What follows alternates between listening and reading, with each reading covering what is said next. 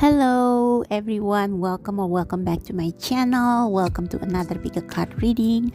So today's pick a card is a very special one that I have been wanting to record for some time, but I only got to it now, and it is a love reading for my queer singles and couples. So we are going to ask what is next in love for you, and I will read for the singles first, and then for those of you who are already in a relationship. So I decided to do this pick a card reading. I have done one like this before, and some people have given me positive feedbacks because there are not many love pick a cards for people in LGBTQ community. And though there are many love readings out there which claim to be all inclusive, I believe that most of love pick a cards are intended more towards the general audience or the majority of people, and by that I mean heterosexual singles and couples. So I believe that there needs to be more LGBTQ oriented love readings because people in the queer community have different situations, different circumstances, and different dynamics than heterosexuals. So that's why I decided to do this reading. So we have 3 piles here for you to choose from. For pile number 1, we have the Everyday Witch Tarot. For pile number 2, we have Tarot of the Divine, and for pile number 3, we have the Crystal Visions Tarot. Now these tarot decks are not all inclusive tarot decks because I bought them many years ago, and at the time there are not many all-inclusive tarot decks, so I purchase anything that is available. So I apologize if these decks are not all-inclusive, but I hope that the energies of the reading will still resonate. So yeah, choose your pile, and the timestamp as usual will be in the description box below and in the comment section, so you can jump right ahead to your reading. Hello, my queer friends who choose pile number 1 or feel drawn to this Everyday Witch Tarot. So this is going to be your reading on what is next in love for you, or what is coming towards you next in love. So this reading is for both singles and those in relationship.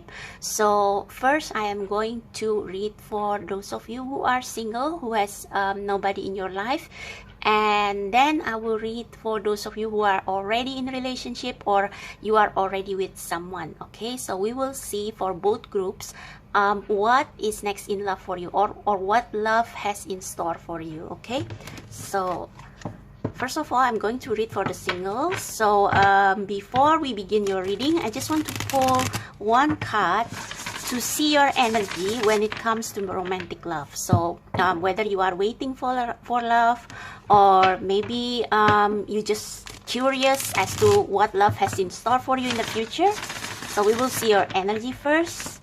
And this is also a way for you to know whether this is really your pal, okay? Whether this is the right pal for you.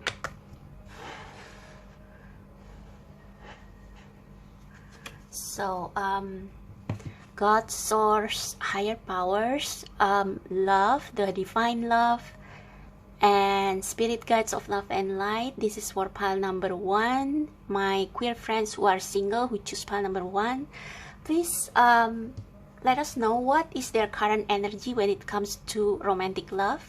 For my queer singles who choose pile number 1, what is their current energy when it comes to romantic love, please? Thank you. What is their current general energy when it comes to romantic love? Okay. Wow, this is I don't know why, but before I started recording this reading, I had a feeling that this card will come up. So for those of you who are single, who picked pile number 1, I think right now you are not really in the mood for love, perhaps because you have been betrayed in the past, whether by your friends or whether by someone you used to date. But on closer look, I think maybe you feel like you are unlovable because this witch over here, she is preparing a lavish birthday party for her friends, but like only 2 people come, and one of them is her cat. So well, obviously you are single, so obviously this cat does not represent your significant other.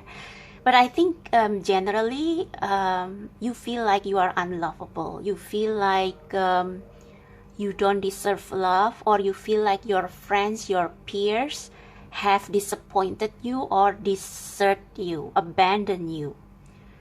So I guess it makes you feel a little bit cautious, or like a little bit meh when it comes to dating. I guess these 3 cups can also represent the rejection of your loved ones. So I don't know if you have come out, if you have told them about your sexual orientation. If you have, then maybe you still feel the sting of their rejection. Or if you haven't, maybe you feel like you will not find someone because maybe you are in this community where gay people or lesbian people are in the minority, and you feel like you don't belong, and you will not find someone who are like you and who will love you back. And at the bottom of the deck, we also have the 9 of Swords. So yeah, I guess there is some kind of overthinking or fear or stress or anxiety. Okay, this message that has just come through is a little bit dark, but I wonder if you have experienced some kind of emotional or sexual abuse in the past, whether it's from your family, your circle of loved ones, your relatives, and it affects how you see yourself. You feel like you are dirty, you feel like you don't deserve love, you feel like you are weird or abnormal. And maybe recently you have just been rejected or like abandoned or deserted by your friends or by people you love, and so you don't dare to hope that there will be someone for you.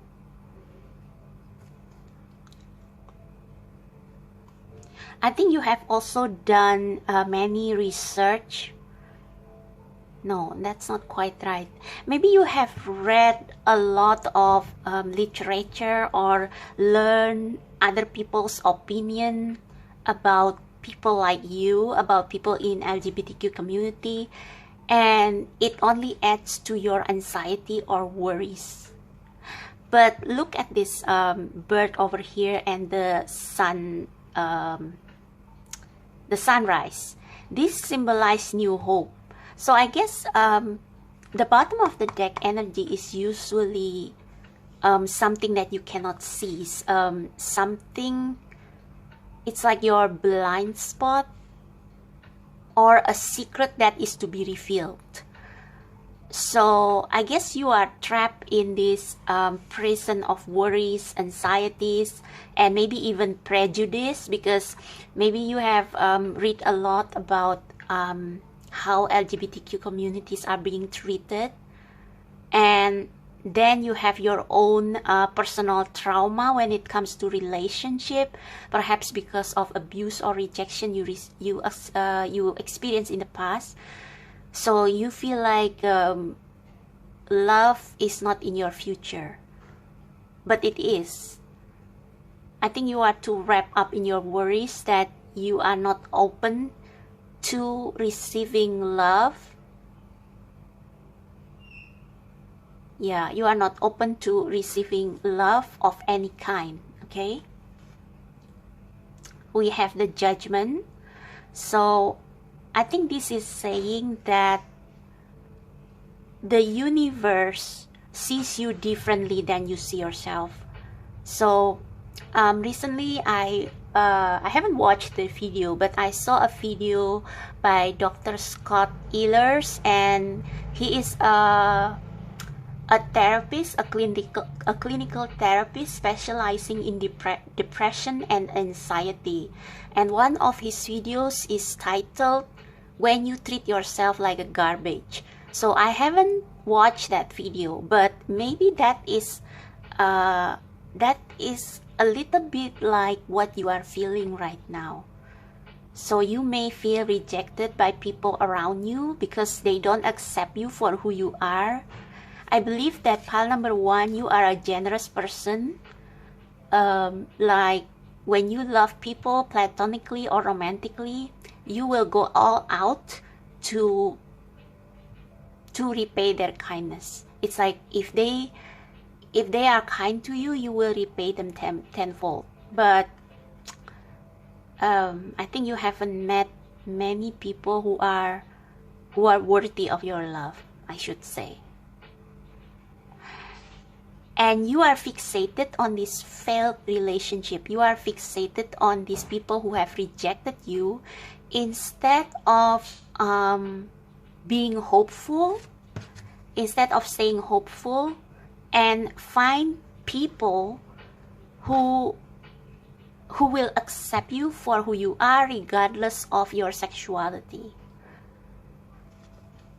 And this Piper here, which is a judgment card in this deck, I think this is the universe telling you to loosen up and have more optimistic view on life, and to follow the beat of your own drum. So they want you to live unapologetically as yourself. And I'm not saying that maybe you should come out when it's not safe. Like perhaps if you come out, your family, your friends will ostracize you, or you may be like judged by your community, or maybe you can be in danger for coming out as a queer. But they want you to give a second chance to life, and to be more like yourself, to show your true personality. You don't even have to disclose your sexuality or sexual orientation. You just have to express yourself, express who you are, and express what you love. So if you are currently in a career or in a community that makes you feel like this, like feeling trapped, feeling distressed, feeling like if you don't conform to conventional or traditional society, you will be doomed. This card is telling you that there is love out there for you. It's like there is a place in this world for you, for people like you. There are people who has similar experience as you, and the judgment card is the universe giving you a green light to live as you wish, to live authentically and unapologetically as yourself, and to find people who are more in alignment with you, people of your own kind, your soul tribe. Okay, they want you to follow your heart's calling, whether it's in career or love or relationship or lifestyle, and find people of your own kind, find your soul tribe. Okay, so follow your joy, follow what makes you happy. And it's not limited to just love, but it's like you just live a life that is in alignment with you and that makes you happy. Okay, so just follow the beat of your own drum. Yeah, you have faced a lot of opposition. Maybe you have tried coming out before, or maybe not not coming out even. Maybe you just like show your true personality, and it's like people think that you are weird. But this Queen of Cups and this Page of Wands is telling you to not give up and keep on going, especially since this Judgment card is a major arcana. I think you are meant to get out of this energy of the Five of Cups, of crying over failed relationship that are not actually meant for you, or crying over these people that don't deserve you, and to follow what makes you happy. Okay, so this is your current energy. Now I just want to pull one card from the Wisdom of the Oracle to see what is coming next in love for you. What is next in love for you?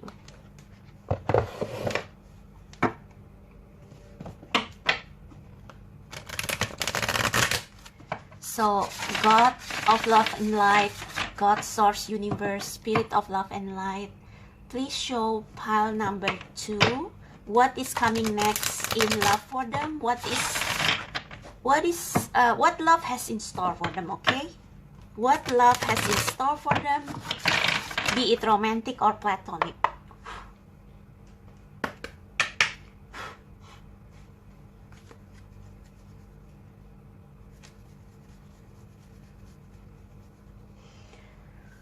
So I'm praying to God, to Source, to Universe, to the higher divine power of love, to show pile number 1 what is coming next in love for them, to encourage them to keep moving, to live authentically. What is coming next for them in love? A change in the wind. See, I think this is saying that everything is going to start going in your favor. So you have been moving towards this direction, the direction of, you see, this witch is facing this direction, and the change in the wind is facing this direction. So this is saying, this is again telling you that you shouldn't live a fake life, okay? You should never, and you are never meant to live a life that is not true to who you are. So if you are queer, you should be a proud queer, okay? Because not only it will bring you your soul tribe, people who love you for who you truly are, it will also bring you prosperity, abundance, and happiness, because judgment is everything. Judgment is about following the right path, following your soul's path. And it is going to bring you a lot of joy, a lot of abundance and happiness. So there is a change in the wind here. And at the bottom of the deck, we have TikTok. So I guess this is saying that something is happening fast, because this is a seed, and the seed, it's like popping out of the clock. So I guess something will come all of a sudden. Maybe it's a job opportunity. Maybe it's not like love offers or love opportunity, even though I don't rule that out. But maybe it's something related to your job or your lifestyle. Maybe you will see or find the opportunity to move to a different location or different environment that is more accommodating to your true authentic self. Maybe you will move to a city or a country that is more diverse, that is more accepting towards people from LGBTQ community, a place that is safer for you to come out, to express yourself. Or maybe you will accept a job that will allow you to move to a better environment, where you will not feel like this, you will not feel less than, you will not feel unloved, you will not feel rejected, and you will not feel fear.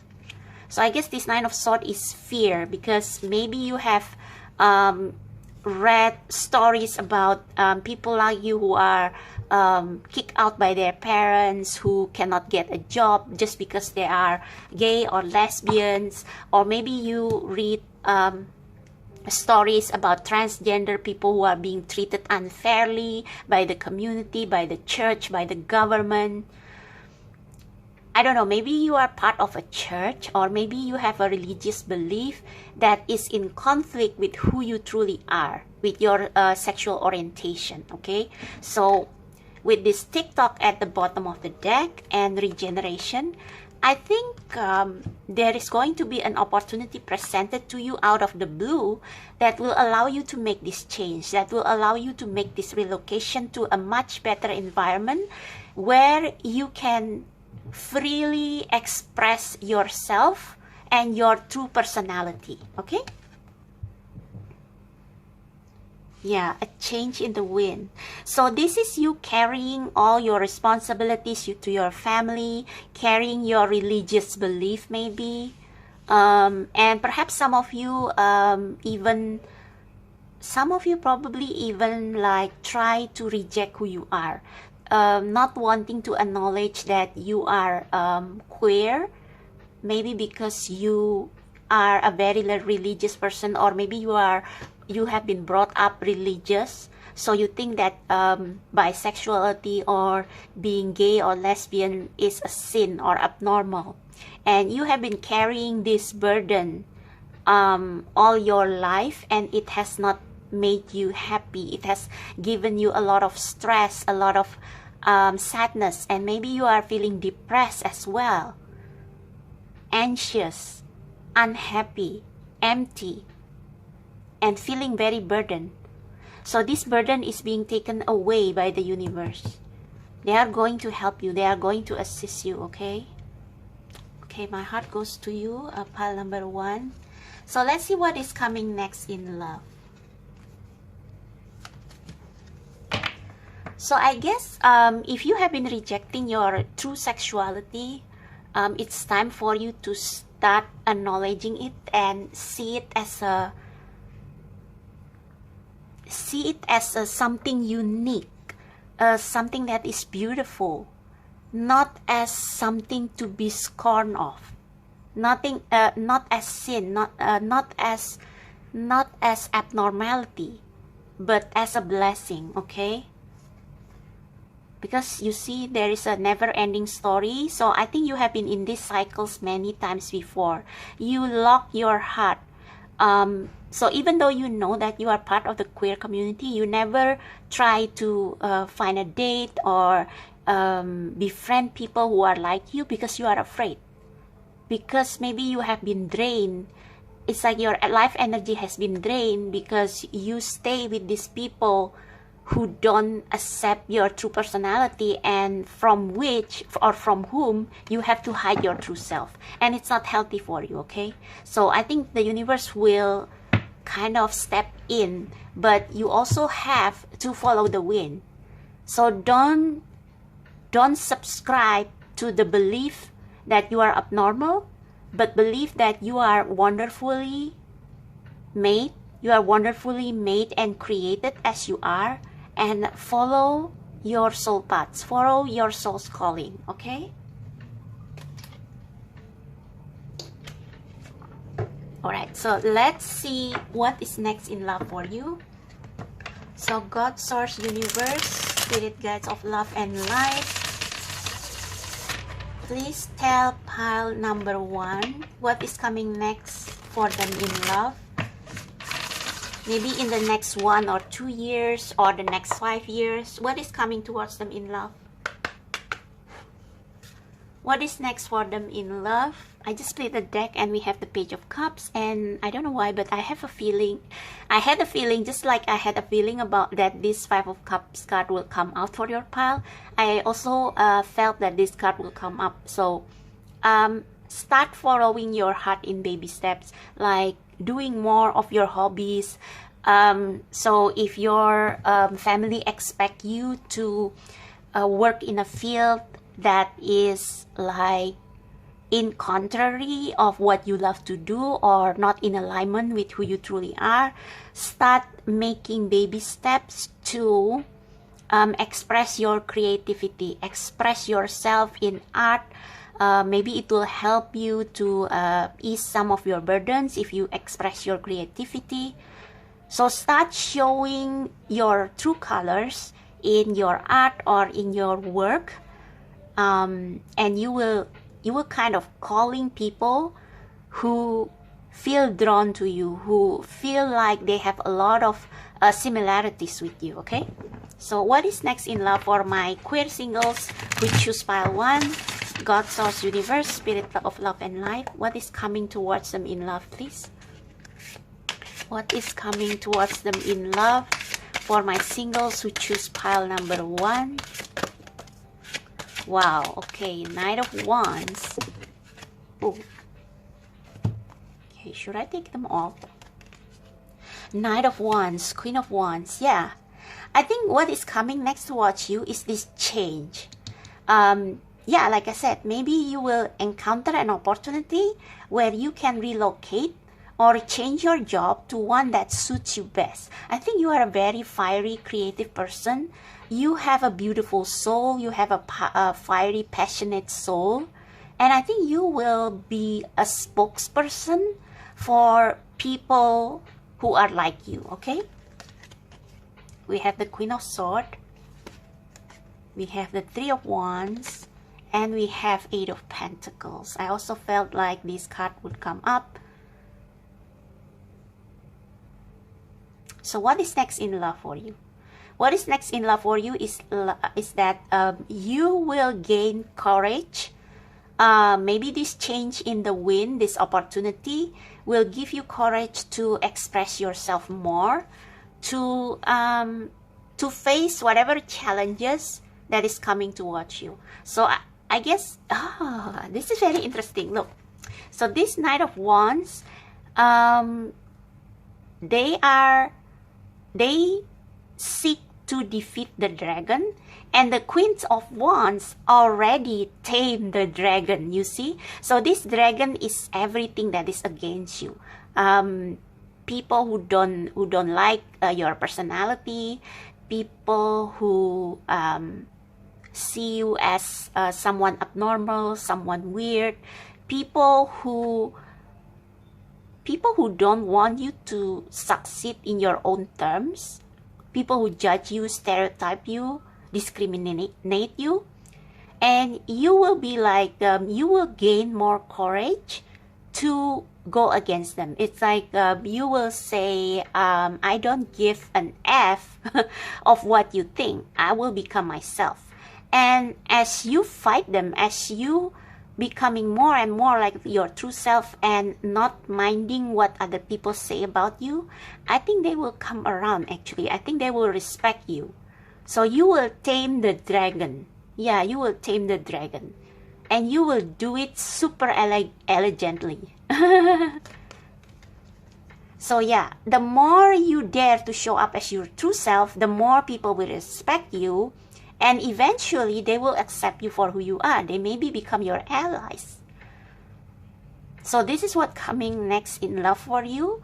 It's more like you learning to love yourself and learning to shed your old self who seek the approval of others, and start shining in your own light.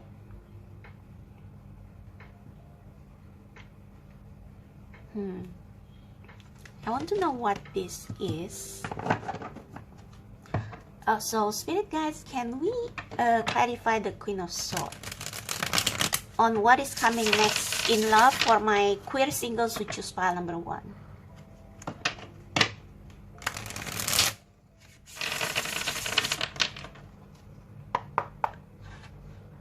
Please clarify the Queen of Swords, whether this is their energy or whether this is somebody else. Spirit, thank you. Spirit of Love and Light, for my queer singles who choose pile number 1. Clarify the Queen of Swords, whether it's them or someone else. Knight of Swords. Okay, so I think this is you. Oh, we have Oh my god. Okay. I will just use this card, but I will show you this. So this is the Six of Cups and Death. So I think you are, yeah, see, this is a door of opportunity opening. So I think you will eventually have enough of this energy of fear, of needing approval from the majority, from the masses, and you will start following your the beat of your own drum. You will start following your soul's song, okay? And you will cut ties with people who shut their door in your face, okay? I think you have had a door shut in your face, metaphorically and literally, and you will say like, it's enough. I'm going to cut ties with them. Maybe some of you will cut ties in your family, because death is usually something that is very unpleasant, but it will lead you to your rebirth, to you eventually walking away from what is no longer serving you, how much you want to stay with them, and walking towards your destiny, walking towards your authentic self, for what you come here for. So you will cut ties with some people, and we see swords here, and swords here. So this is your energy. You will start to make boundaries. You will, yeah, it's like you say, I don't give an F anymore about what other people think. I am sick of this life. I am sick of being closet, and I am just going to be my true self, okay? But I guess you will tell them eloquently, but it's like you will be firm. So you will burn bridges or cut ties with family members who don't accept you. And you will be firm with them. You will be firm with them. It's like, I will not have this nonsense. And with the Six of Cups, this is you giving your inner child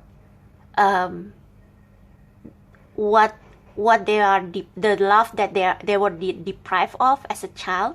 So maybe if your parents already sense that you are gay or lesbian from birth, maybe they treat you differently from your siblings. Maybe you are always the black sheep in the family, and this is like the grown-up you giving the younger you the love that they never received as a kid. Okay, so you owe your inner child, your true authentic self, to live a life that you are meant to live a life that is authentic, that is true to your heart, to who you truly are, rather than living a life of lie, okay? Rather than living the life that other people impose or force on you. You will say, enough is enough. I'm going to, make these boundaries between these people who, I think you have been like some kind of a people pleaser in the past. You feel like I said, maybe you have a religious belief. You believe that homosexuality is a sin, and so to make up for the sin, you have been trying to please people in your life, your family. But no matter what you do, they never accept you. See, with the Five of Cups, they never accept you. So you have had enough, and you say, I am going to find my own way, with the Three of Wands. The Three of Wands in traditional tarot usually is represented by someone who is waiting for their ship to come. So you are going to wait for your ship to come. And I think this change in the wind and the TikTok that we saw earlier, what is it? Yeah, there it is. This TikTok, it's like, it's only a matter of time before you snap. It's only a matter of time before you snap. So even if there is no opportunity coming to watch you, I think you will snap on your own, and you will like, that's enough. I'm moving out from here. No matter what I do, I cannot please you. So I better move out and live my own life. Start to live my own life. Start to give my wounded inner child what they have never received. Yeah, so with the birthday party, I think this is your inner child, feeling rejected, feeling ostracized, and this is you after you grew up it's like you are bound by so many rules, religious beliefs, discrimination from society, and it's like you've had enough. You will rebel, not rebel. You will rebel. And I think with this Eight of Pentacles, you will get financially independent. You will finance your own life. Maybe you will literally move out and start a shop or start a career. So if you have been discriminated in the job market because of your sexual orientation or because of your appearance or the way you carry yourself, like people probably will see you as gay or lesbian, and they kind of discriminate you at your job, you will become self-employed. I think you have a skill that if you keep on practicing, it will bring you a lot of abundance. Okay, yeah, so that's for you, pile number 1. Let me see when love is going to come towards you, but I think you have just started to love yourself. You have just started to embrace your identity. So maybe there is not going to be like someone coming towards you in the near future, unless you already like cut ties. Where is the Death card again? Oh, I cannot find it anymore. But anyway, you will cut ties with people who don't serve you, with environment that don't serve you, and start a life that is more authentic towards you. And I think as you build your own life, I just cut the deck earlier, and we have building blocks. So this is you building your own independence and abundance. So I think while you are building your business, becoming independent, becoming successful on your own terms, love will slowly come towards you. Maybe you will find love in one of your customers or one of your business partners. So just to see what is coming next towards you in love.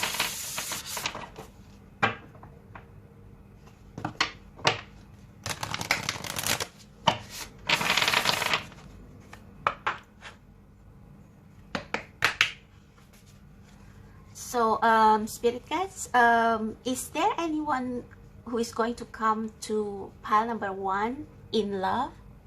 Anyone going to come towards pile number 1 in love? What is going to, or who is going to come towards them in love, or when they will get love? So we have bring love into the situation, and your hard work is paying off. Yeah, this is very promising. So I think pile number 1, you are going to be single for quite some time because you have to rebuild your own life.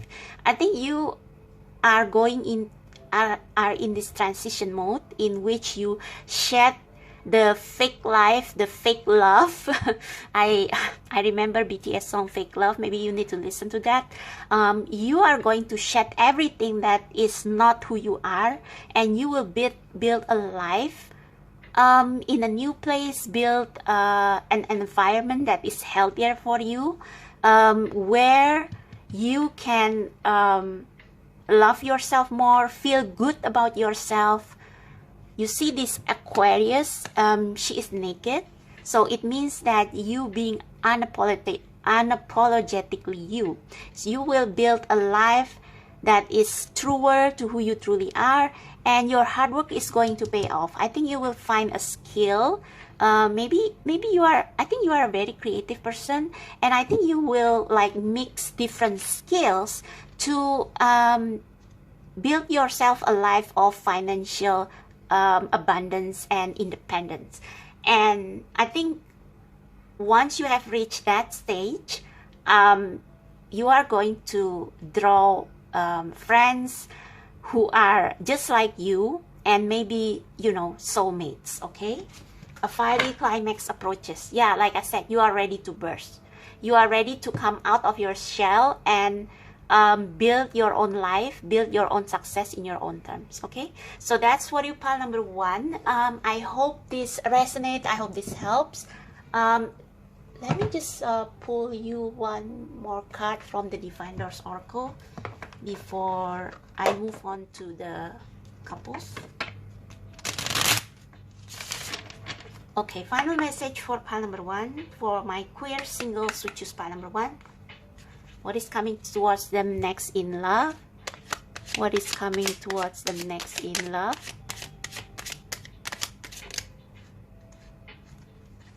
Change beckons. The path is shifting, change in the wind. The road leads a new way. Do not be alarmed as change beckons today. Yeah, you have been living in this cave, in this dark cave, dark castle, like Rapunzel. And you are going to exit that tower, that tower of self-isolation. Maybe you have been self-isolating because you feel like the general public won't accept you for your sexuality, for your unique personality, and you are going to escape. You are going to save yourself from this tower, and you are going to build your own life. Okay, so that's for you, pile number 1. I hope this resonates. I hope this helps. If you love this reading and you would like to book a personal reading, my details are down below. Please like and subscribe if this resonates, and I'll see you next time. Bye. Hello to my beautiful queer friends who are in relationship, who feel drawn to pile number 1. So this is going to be your reading on what love has in store for your relationship next. So this reading is for those of you who already have someone in your life, a significant other, or maybe you have just started a relationship with someone, or you have or feel a certain connection with someone. Okay, so let's see what love has in store for you. Before we get into the reading, I just want to pull one tarot card to check your energy in love and relationship. So God, source, universe, and divine power of love and light. This is for my queer people who are in relationship or in some sort of connection. Can you please give us one card to let us know what their energy is like right now in terms of love in relationship? So for my queer people who choose pile number 1, who are in connection or relationship, what is their current energy in terms of love? What is their current energy for my queer people who choose pile number 1 and who are already in a connection or relationship? What is their current love energy? So that one almost wants to come out, but I'm going to put it on the side. I will wait for a jumper.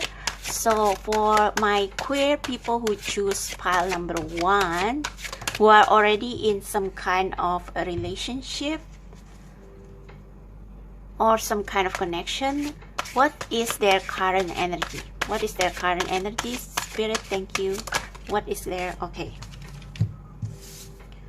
I think I'm just going to discard this card. Okay, so this is your energy. So I think 10 of Cups is the happiest card on the deck, happiest card in tarot in Minor Arcana, because it represents emotional fulfillment, happiness, harmony, abundance of love. And as you can see here, we have a whole family, the parents, the kids, the cats. So yeah, I guess for those of you queer, my queer friends who are already in relationship, I think your current energy is really, really good. I think your relationship with your partner is based on so much love and mutual understanding.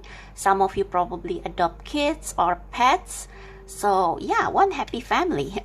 It's almost too good to be true, but this is the card that I feel for you. I just want to, not that I'm doubting your card here, but I just want to see if there is anything else. So for my queer people who are already in connection or already in relationship, what is their current energy, Spirit? Is there any other information? Thank you. I think you have been I think you are very protective of your family and your relationship, because ooh, Two of Cups. Okay, that is confirmed. Okay, I think we can end your reading here, because I don't see any problems in your relationship with your partner. You love each other. You have a lot of similarities, like you see even the cats are in love. Yeah, and we have Ace of Sword at the bottom of the deck. So I think with the Ace of Sword, you guys are spiritually developing. You constantly elevate, or you constantly upgrade your spirituality. And by that I mean you always be open to new ideas or new realization of your partner. So you are I think you guys have very open communication, and you are very open-minded, like you and your partner. So each time there is a disagreement, or each time there is a misunderstanding or disappointment, you always find out the core issue and talk it out. And as a result, you keep evolving. You keep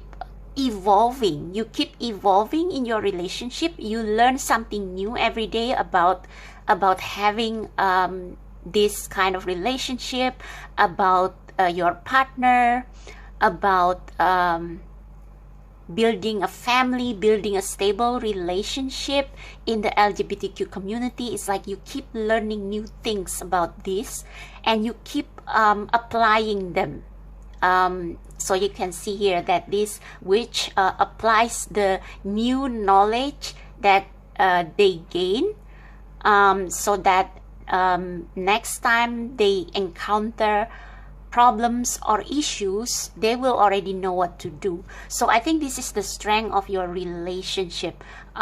You are not only like full of love with each other, but you also keep learning new things about each other, about your relationship, and about existing in the LGBTQ community. So wow, that is so great.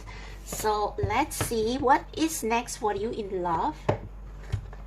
I hope that this is going to be a short and sweet reading, because your overall energy is like a dream come true already, almost too good to be true. So wow, okay.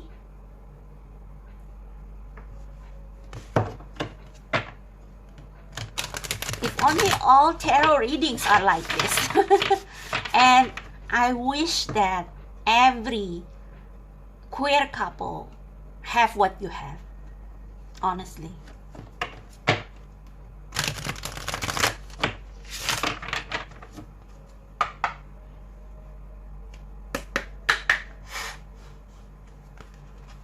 So for my queer people, my queer friends who are already in relationship or connection, what is next for them in love, Spirit? What is next for them in love?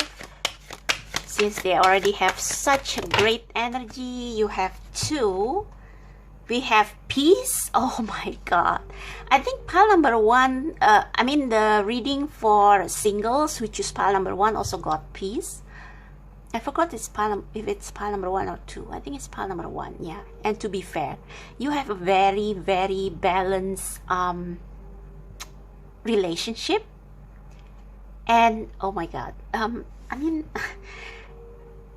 I don't even have anything else to explain, because it's already there. Like your relationship is like very equal, full of mutual understanding, very balanced. So, and look at that, the owl on top of this figure shows wisdom. So with the Ace of Sword and the owl, it represents how you navigate your relationship with wisdom. You guys, both you and your partner are not afraid to tackle difficult issues in relationship. You are not afraid to communicate about things that are considered maybe taboo. You are not afraid to tackle hard issues, tough issues, or talk about your dark side. And you are always in connection with the universe when it comes to your relationship.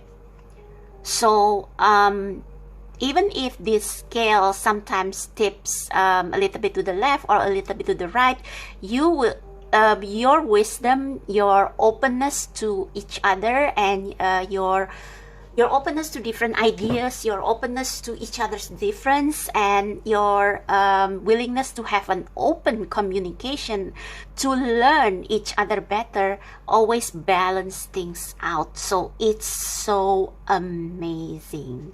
And as a result, I think you are one of those rare couples who almost never have big arguments. It's like your arguments are probably like really small. Like sometimes maybe you keep things to yourself when you are unhappy with your partner, but you always eventually solve things out by talking about it. Or maybe your partner gets or sense that you are unhappy, and it's like a new knowledge. And we have the Empress and the Hierophant at the bottom of the deck. So I wonder if you are married and expecting a child. And by expecting a child, of course, I don't mean like giving birth to a child literally, but like adopting a child. Or maybe you are giving birth to a business or something. There is something that is, it's like your love inspire a new life or give birth to a new life, whether it's you adopting kids or you giving birth to a business that both of you manage. Wow, wow, wow, wow. Oh, this is amazing. Okay, I wonder if I should just continue with the reading, because it seems like you have everything, pile number one. I mean, if only all my tarot readings are like this, I don't have to spend like hours to explain the cards. So we have Nine of Cups when I just split the deck. So I think the key to your successful relationship is because you always find time for yourself. You both of you love each other, but you also carve time for yourself to meditate, to self-reflect, to refresh and rejuvenate, to engage in your hobbies. And that's why you can always avoid arguments, because your energy is so chill. Like your energy is so chill and so full of bliss. Yeah, so full of bliss. Oh my god. Anyway, what is next in love, if there is anything else? Because I feel like this is everything for my queer couples or queer friends who are in some kind of connection or relationship. What else love has in store for them? What is next in love? We have the King of Cups. Yeah, both of you are emotionally mature. Look at that, the Six of Swords. So if you get upset with each other, or if one of you feel like you have to be the one who step up, it's like you hide your frustration. You don't show it outright by having an outburst or something. You will go and kind of meditate and let yourself cool down before you talk about it. That's why your energies has a lot of peace. And there is that Nine of Cups again. Maybe just one more card, because there is nothing else to talk about. This full card almost want to jump out. So you guys are so open with each other. And Wheel of Fortune. Okay, you guys are so open with each other, and you are not afraid of talking difficult stuff. Okay, we have Temperance and we have the Nine of Swords. So I'm just going to clarify the Nine of Swords. But I think with all these energies, it's like your way, your emotional maturity and intelligence, wisdom, it's like it balances out things. It balances out things when you have arguments, or when one of you have like fears, like when one of you have worries or fears. It's like both of you are able to sense it, to deal with it in a very balanced manner. Okay, so if you see this witch in Temperance, she even closed one eye, but she maintains her balance. So I think this is like I think you and your partner take turns in indulging each other. So if one person feel like they want to be babied, it's like you will the other person will baby them, and then they will take turns, they will reverse roles. So your relationship is always in balance. So if someone withdraws and have worries, it's like the other person will pull their attention to the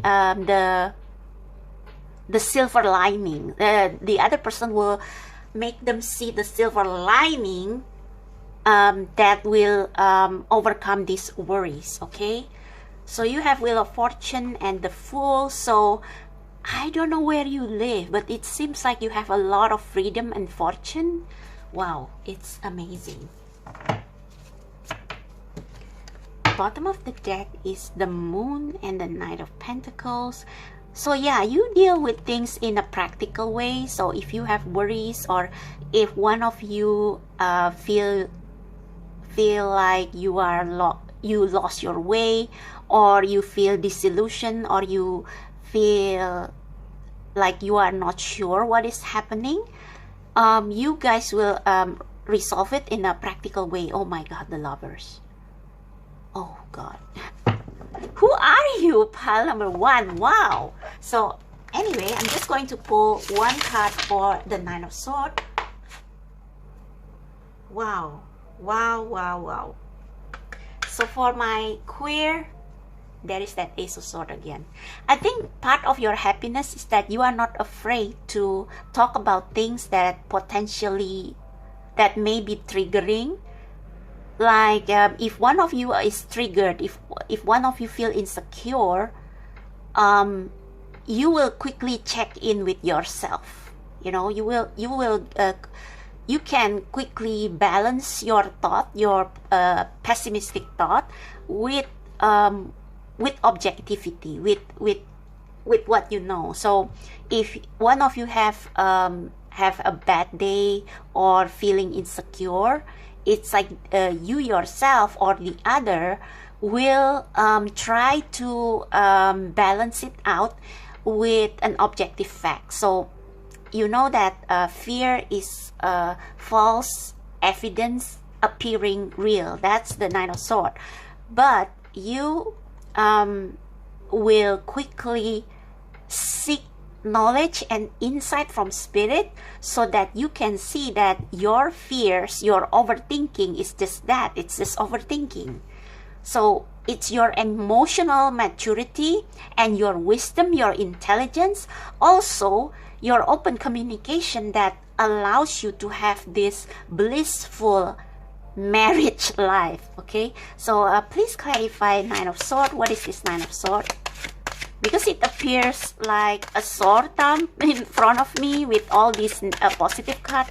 What is the Nine of Swords? Please clarify the Nine of Swords for pile number one, my queer couples or queer friends who are in connection. What is this Nine of Swords? Please, Spirit guys, thank you.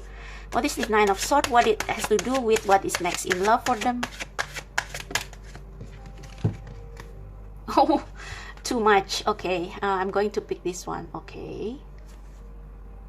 See, you have 10 of Pentacles even. And 2 of Swords. Okay, I think I know what's happening. I think your life is so blissful that sometimes you are afraid that, is this real? That's why we have the moon. Yeah.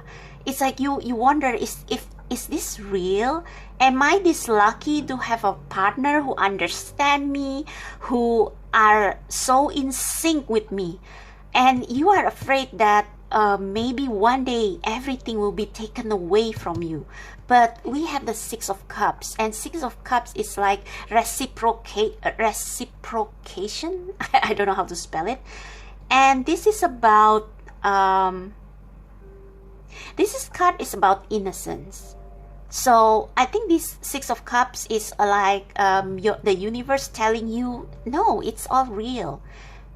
This person is meant for you, and you are meant to have this blissful relationship. So don't worry. So maybe your inner child sometimes worry because maybe in the past you have unpleasant experiences, but this is like the universe telling you, don't worry, this is your time. This is really a dream come true, and no one is going to take that happiness away from you. And even if something bad happens, it's like there is always a blessing coming in to restore your happiness. Okay? Wow. Alright, so I'm just going to pull Moonology deck, even though I don't think it's necessary.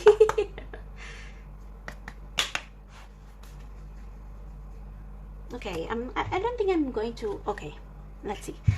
Is there anything from this deck, Spirit, for my queer friends in a relationship who choose pile number 1? Is there any additional messages from the Moonology deck, if any? Is there any additional message for them? You are very close to achieving your goal. So whatever that means, your commitment is being tested. So I think this is like the doubts that sometimes come towards you like a cloud in a clear day. Like sometimes you feel afraid. It's like you cannot believe your blessing. You cannot believe that you have this such an amazing life, amazing love life. And sometimes you kind of waiting for the other shoe to drop. But your commitment is being tested. It's like you are being tested by the universe to. So sometimes if you have a disagreement with your partner, it's just a small test to strengthen your faith in your relationship with your partner. Because in reality, you and your partner are like, you have almost reached this perfect relationship. I know that there is no such thing as a perfect relationship, but I think if you are encountering some troubles right now, it's like it's the universe way of testing your faith in your love for each other. And they are testing your faith that you and your partner will be able to solve anything as you have always done, with love, with understanding, with wisdom, with open communication. See, communication is key. And we have the Knight of Swords. So if you have worries, if you feel like this is too good to be true, my partner probably will get bored with me, it's like you are waiting for the other shoes to drop, but there is no shoe that is going to drop. It's just your mind not believing that you are this blessed.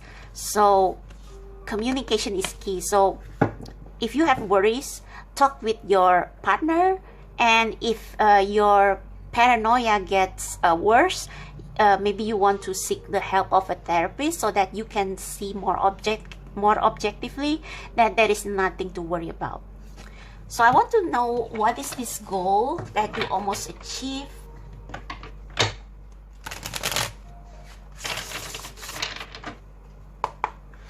What is this goal that they almost achieved, Spirit Guides, for my queer friends who are in a relationship choosing pile number 1? what is this goal that they almost achieve? What is this goal?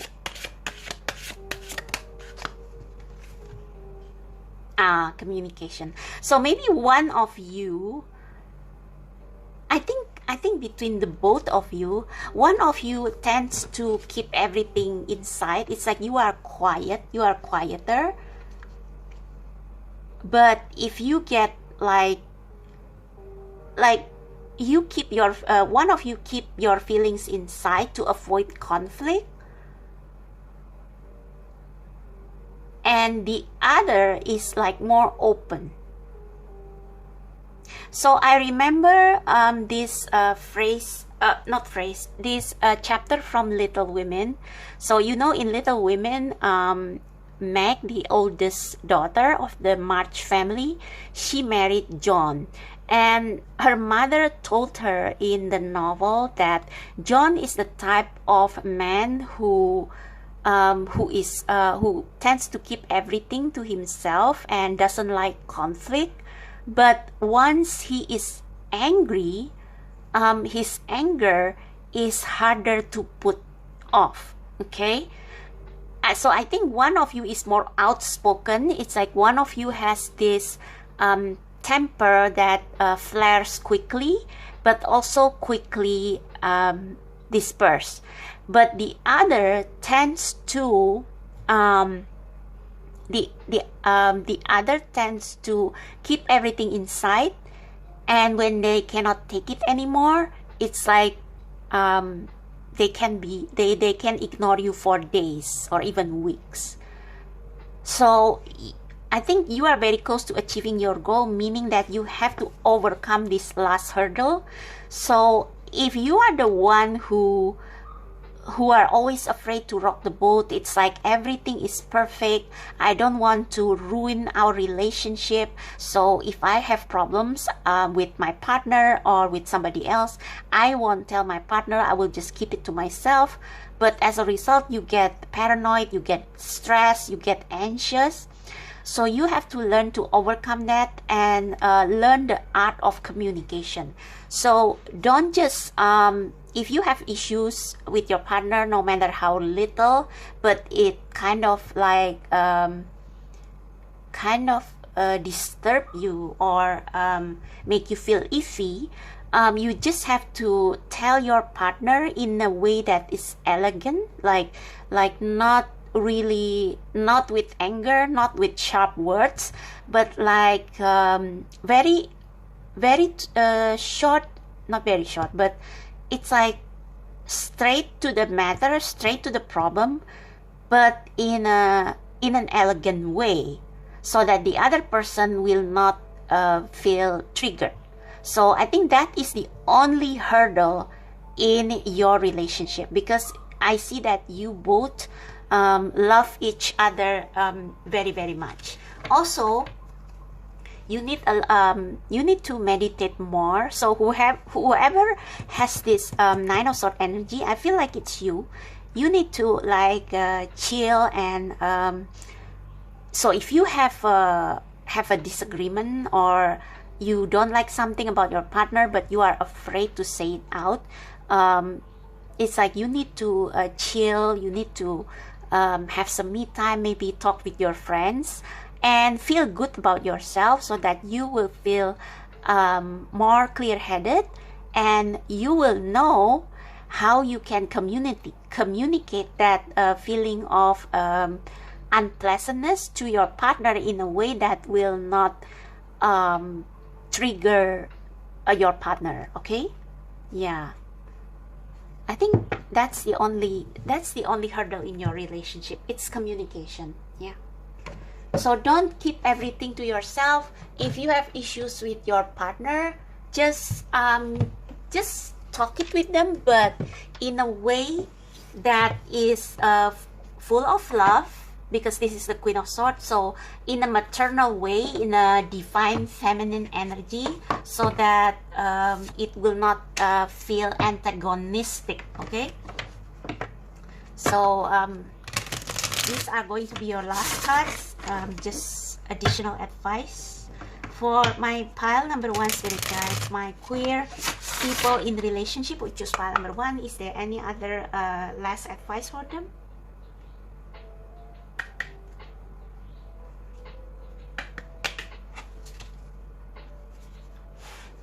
So don't be afraid to I think you almost never fought because one of you keep your emotion inside. So there has to be a balance here with the temperance. So sometimes you don't always have to be the one who is patient, okay? You don't have to be always the one who is more mature.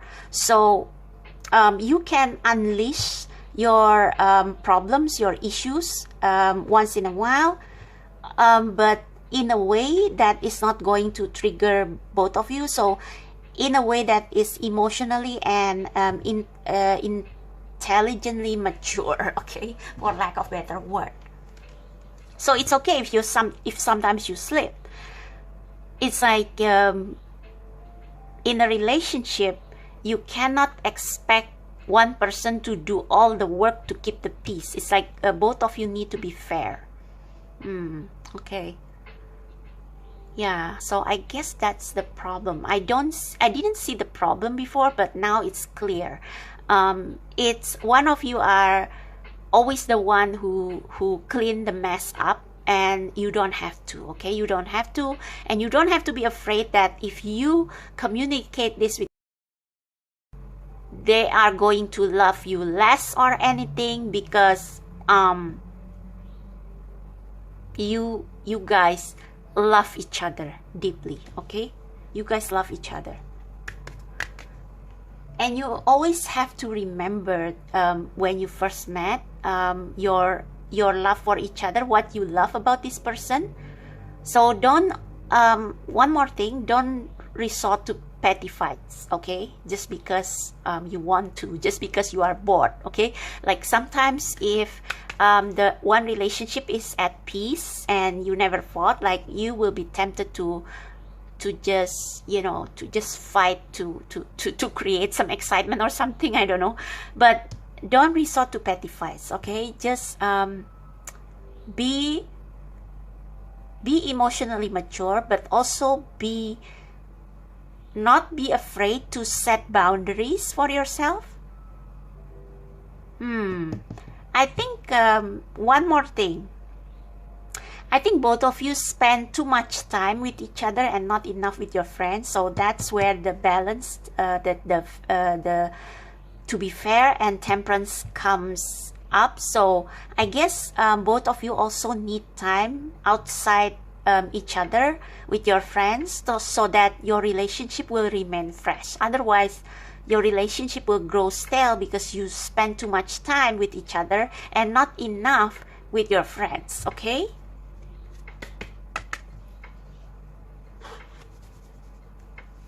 So last piece of advice for my pile number 1, my queer couple, which is pile number 1. Last piece of advice. Release. Yeah, see? Release your emotion when you need to. You don't have to be the one who is always mature, who... It's like sometimes you can draw your boundaries. So if your partner asks too much from you and you are tired or something, don't be afraid to say it out. But like... chill first, and then you can communicate with them. May you lay down your burdens. Oh, okay.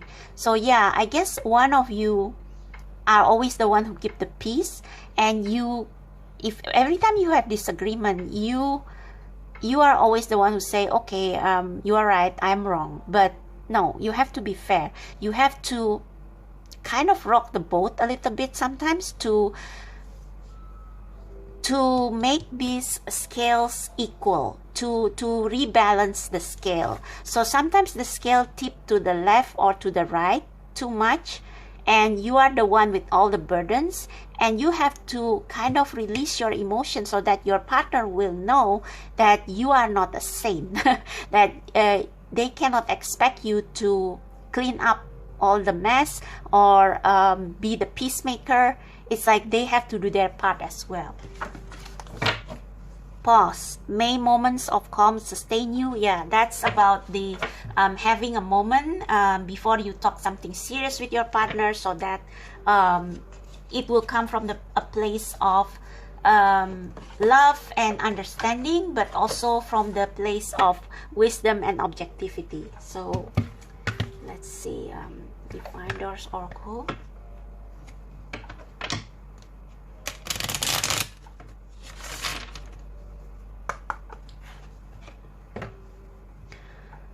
Message for pile number 1, my queer couples who choose pile number 1. Oh, we have 2.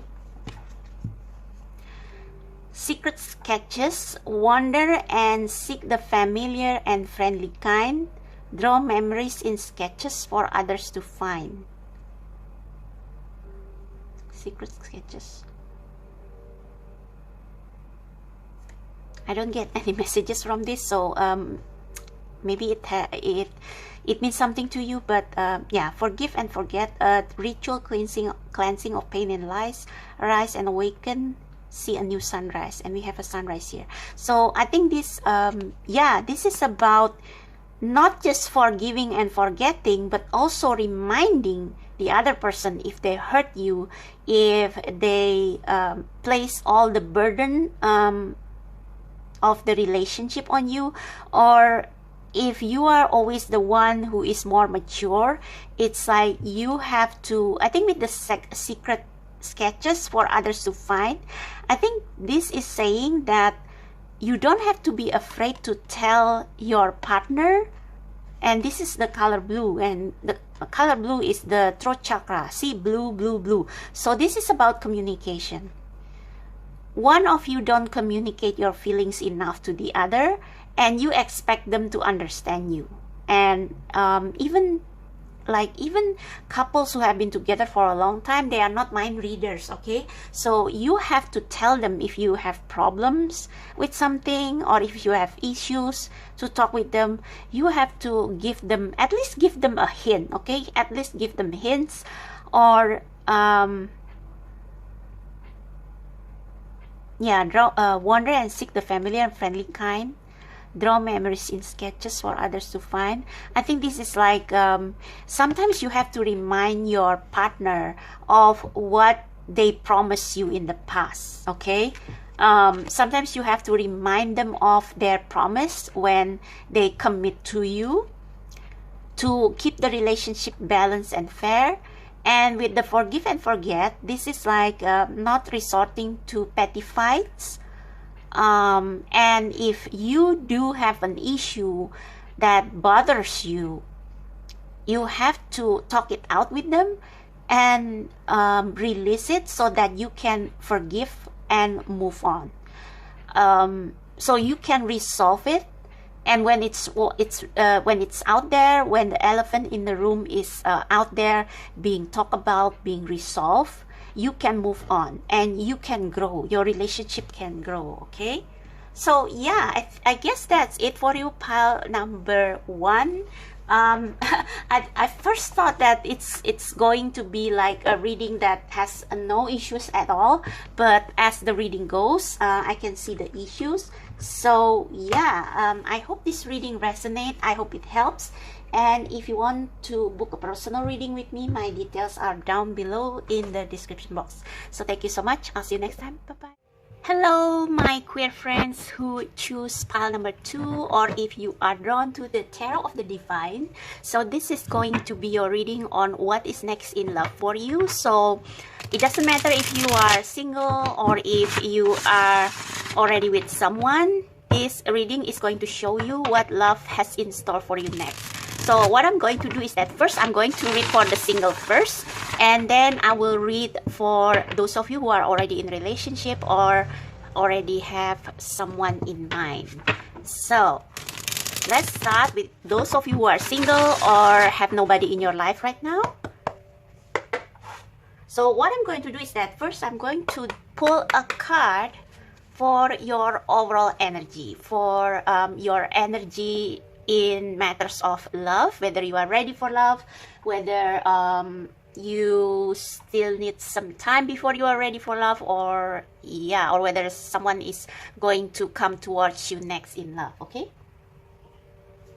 So let me turn on the aircon.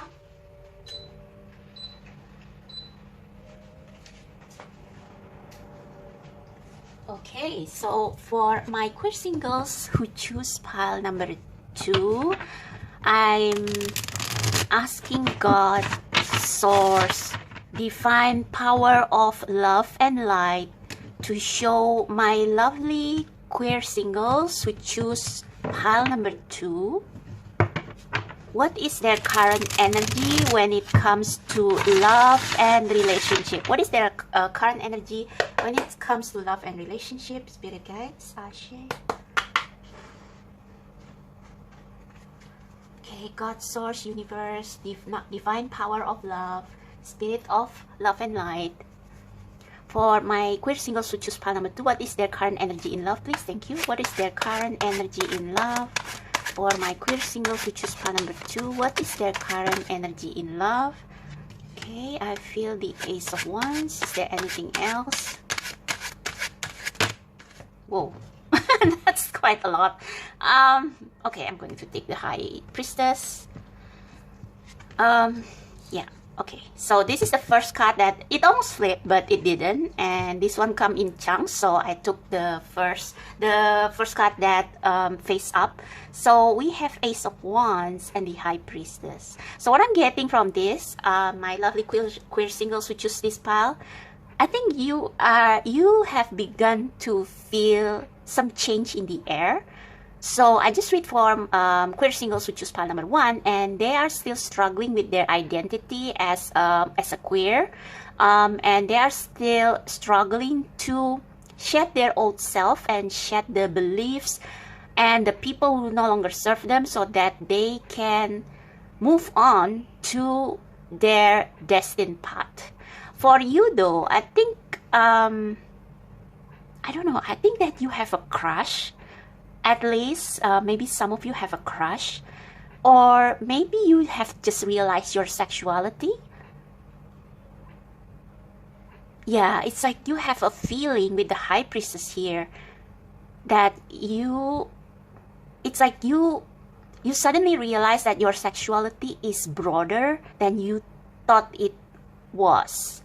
So maybe you think that you are heterosexual, but you have a feeling that you are actually bisexual, or you think that you are straight but actually you are gay or lesbian.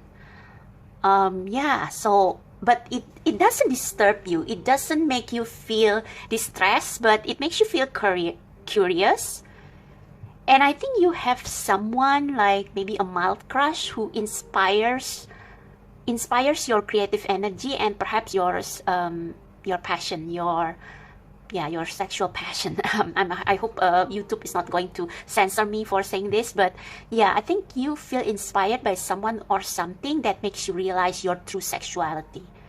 And it's like it brings up your inner feminine energy. So it doesn't matter if you are a male or female, it's just an energy. Like it brings out your flirty energy. Maybe some of you don't even know that you are flirty, and you feel like you want to flirt, you know. So maybe at this time you feel like you want to change your appearance, to maybe get a new haircut, or dye your hair, or maybe wear clothes that accentuate your body shape, that flatters your body shape. It's like you feel this mysterious energy to show your feminine side, to show your softer and flirtier side. Ooh, okay. And we have the Hermit at the bottom of the deck. So yeah, I guess this is part of you finding out what makes you happy. This stack, it always reminds me of Harry Potter's Patronus. And Patronus is something that gives us hope, something that gives us power to go on, something that gives us a sense of a light at the end of the tunnel that keeps us going when we feel like we cannot go on anymore, when we feel hopeless, when we feel like there is nothing exciting in life, when we feel like we can never be happy again. It's like this Patronus is like a glimmering light of hope. So I feel like you feel something weird in the air, like you feel this sudden need to change, to become more playful with people that you are attracted to sexually or romantically, or maybe just you just want to show your sexier side in general. And that is part of your inner development, inner growth. You are entering this phase when you find out more about yourself. Yeah, King of Wands, this is you. You feel like you want to preen, you know, like peacocks are known to preen, to show off their beautiful feathers. And I think you are transforming to this energy, to this peacock energy. You realize that you have power, you have charms. You are charming. Maybe you never thought that you are someone charming, but you start to feel like, I have something in me that that probably will make people feel intrigued, or that probably will attract people with my charm. So yeah, you are stepping into this King of Wands energy. You become more confident in yourself. And justice, we have justice. So maybe before, you are someone who is insecure. You are insecure about yourself and about your sexuality, but now the tide is changing. Okay, so it's like you are the continuation of pile number 1, I guess. Alright, so now I'm going to pull one card from the Wisdom of the Oracle to see what is coming next for you in love.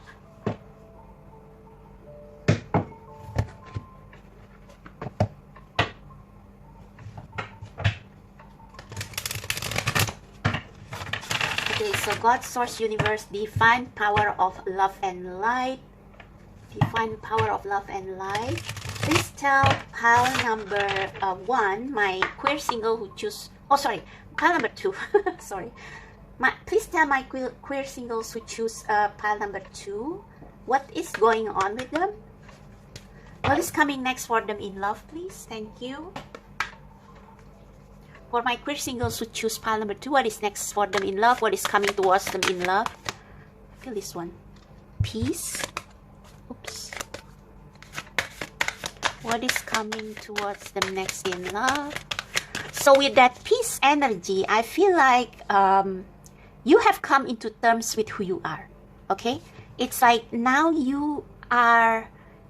So maybe, like I said previously, maybe you have a hard time accepting who you are, but now you have come to accept your true self, and it brings you peace. Okay?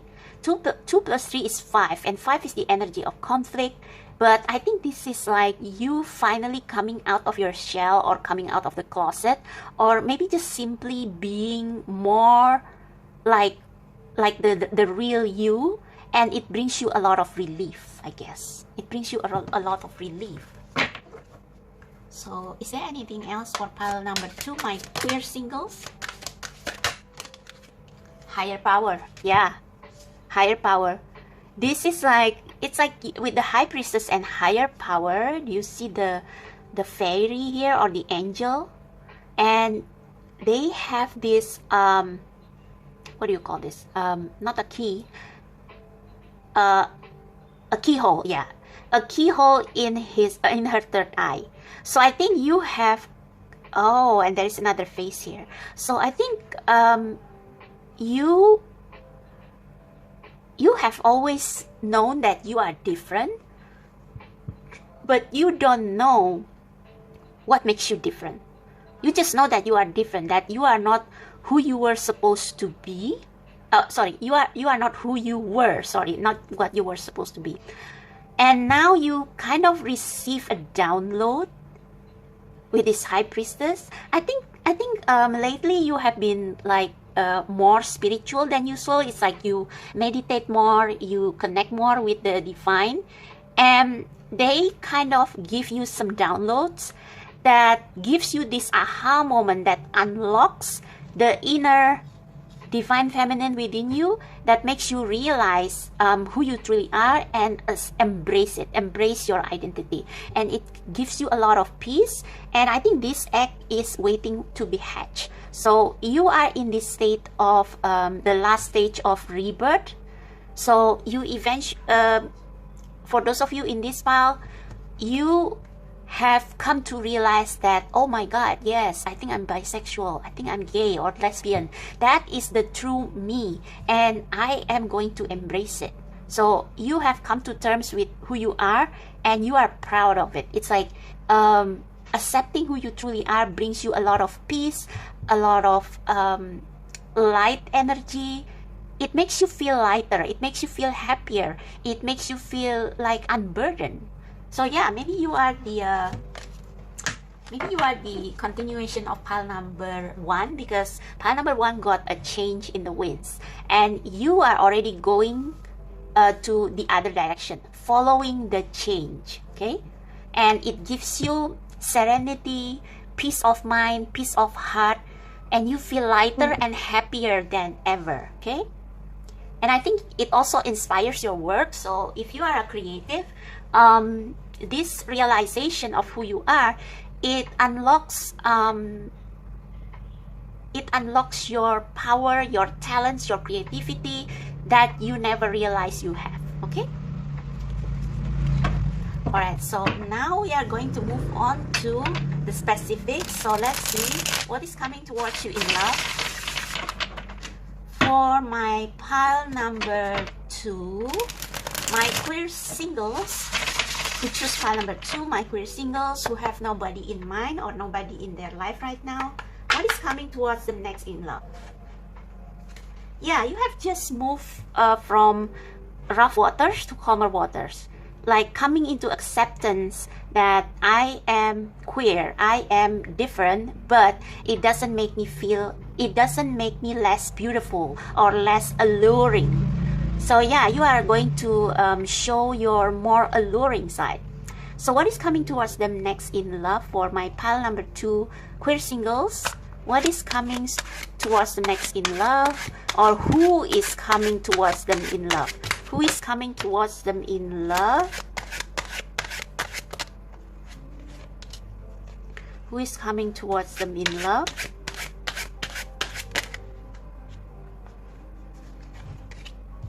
Let's see.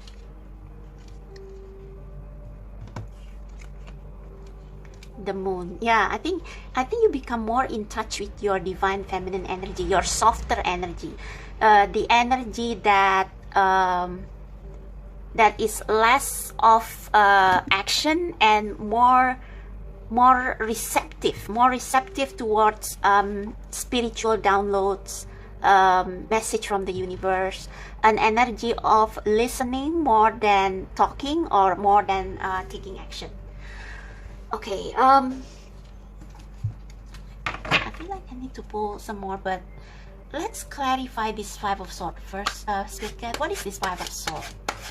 On what is coming next in love for my queer singles who choose pile number 2, what is this 5 of Swords? Can you clarify, Spirit? What is this 5 of Swords?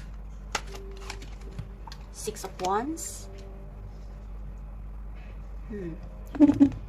Let me take in the energy for a moment. So yeah, I think you have made peace with your past.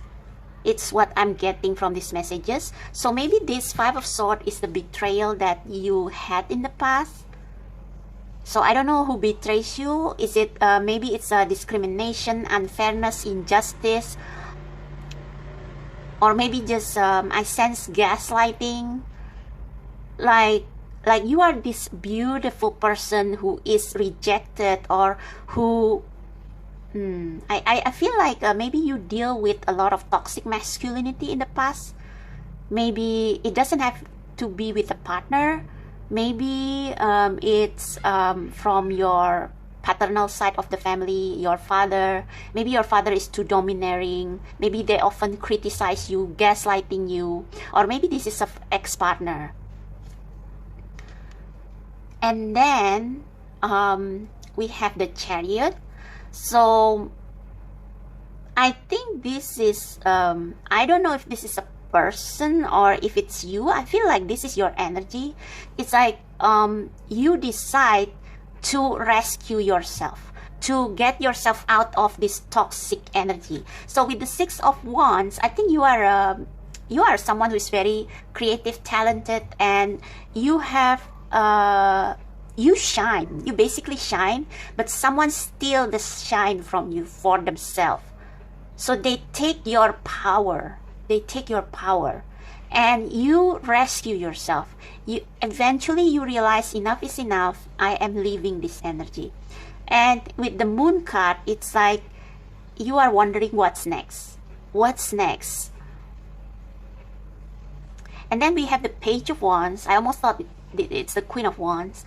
Page of Wands also show up for pile number 1. So you decide to be more playful, more childlike in life. It's like you don't give an F anymore to those people who treat you like garbage, and you decide to go on your own adventure, having fun, traveling, trying new things, maybe trying new things that you have never done before, like like going through a makeover. Yeah, and we have the Magician here, and this is the Fairy Godmother. And Fairy Godmother transforms Cinderella into someone who into a very beautiful princess. So maybe this is the transformation that you are going through. It's like you are your own Fairy Godmother. You transform yourself into this shining, beautiful, charming, fun, flirty woman or man. Yeah, interesting. So let's see what is this. Who is this Chariot? Can we get a clarifier on what energy is this Chariot? Is it pile number 2 themselves, or is it somebody else? Who is this Chariot? Please clarify. Thank you for my queer singles who choose pile number 2. Who is this Chariot? Clarify. Thank you, thank you, thank you, Spirit. Who is this Chariot? Yeah, you you rescue yourself. So you kind of fight. Yeah, so this person takes your power for themselves. Maybe you are the more talented one. So this can be an ex-partner who feel like they are outshined by you, and it's like they try to make you feel small, but you fight back. You fight back with the 5 of Wands. You take that power back. You take that one wand back from the 6 of Wands that they have stolen from you. You take one back. So you rebel against them. You rebel against this dominant masculine energy or toxic masculine energy.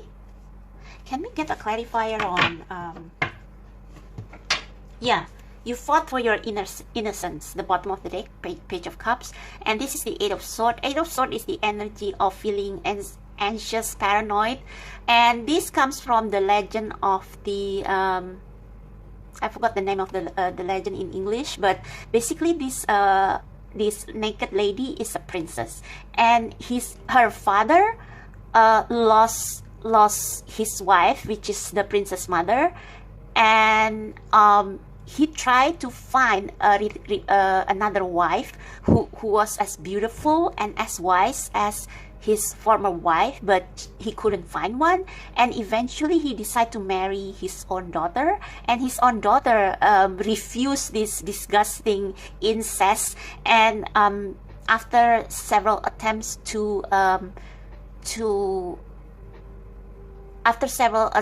foil her father's effort, she eventually asked her father to sacrifice this magic donkey, which can give who poops gold. Okay, so these magic donkeys could excrete gold coins, and this donkey was the source of the kingdom's richness. So the king was hesitant, but eventually his desire to marry his daughter was greater than his hesitance to sacrifice the donkey. So he eventually slaughtered the donkey and offer the skin to his daughter so that his daughter would marry him.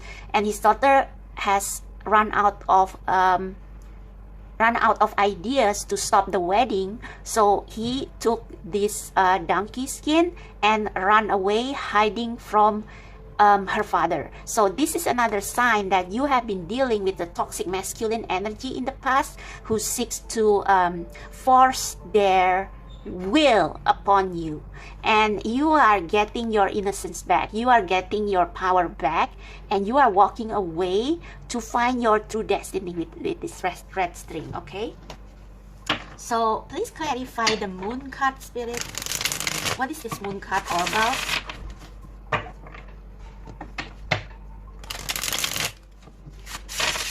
What is coming next in love for my queer singles who choose pile number 2? For my queer singles who choose pile number 2, what is this moon card? Please clarify regarding what is next in love for them.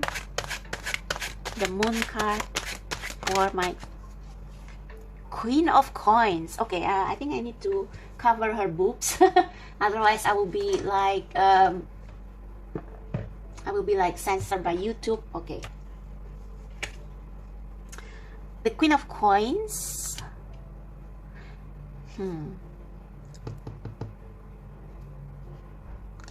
I don't know, maybe this is someone who will come and help you figure out the next step, or this is you trying to figure out a way to be financially independent so that you can live a life that you wish.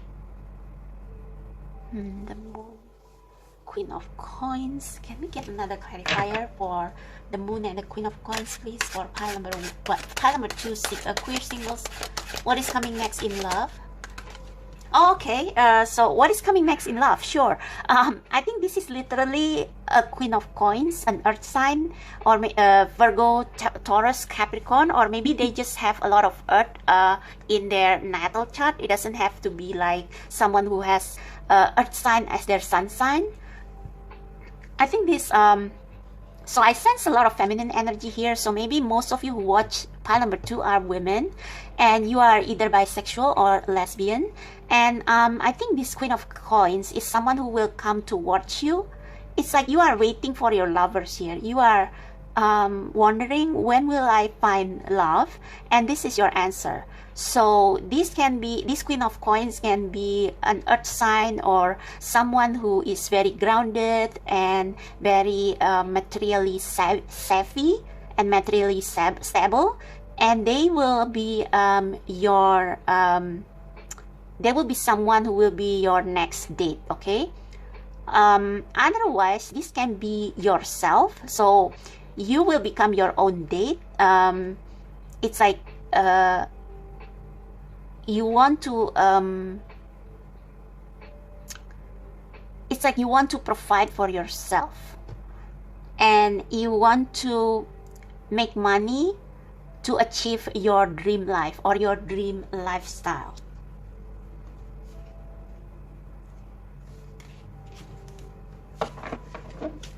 So yeah, please clarify. Oh, so I just got another card as a clarifier for this, and it is the Hierophant.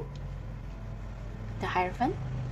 So yeah, this can be like literally a Taurus, or someone who has heavy Taurus on their chart, and they are coming towards you.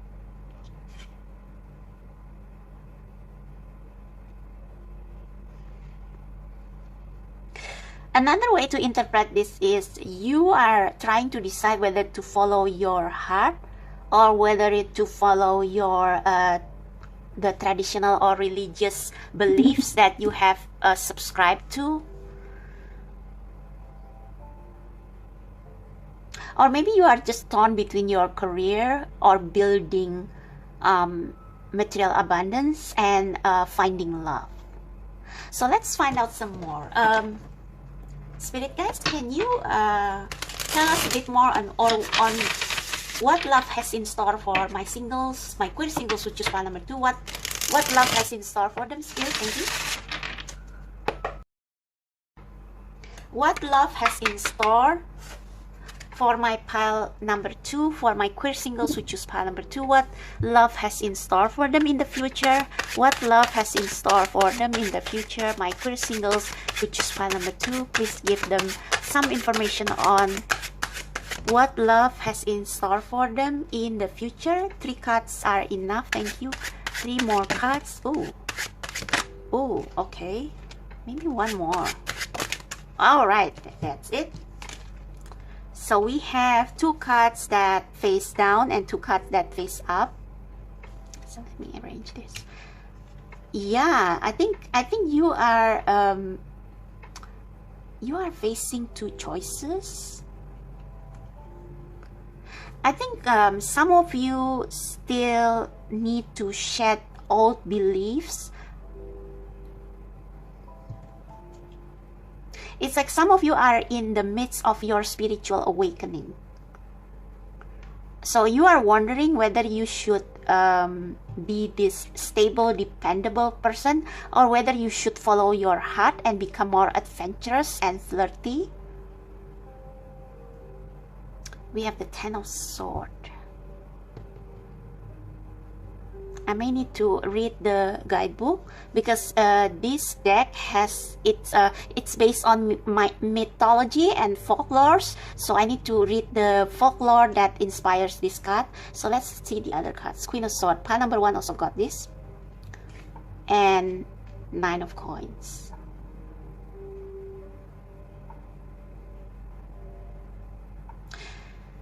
Okay, so I think you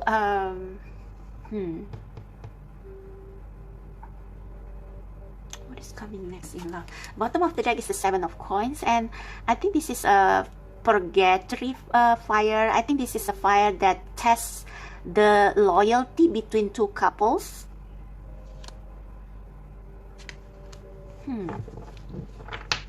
So you are being tested for something. Your resolution is being tested for something. I just don't know what. Can we get a clarification on the Ten of Swords, please? Thank you.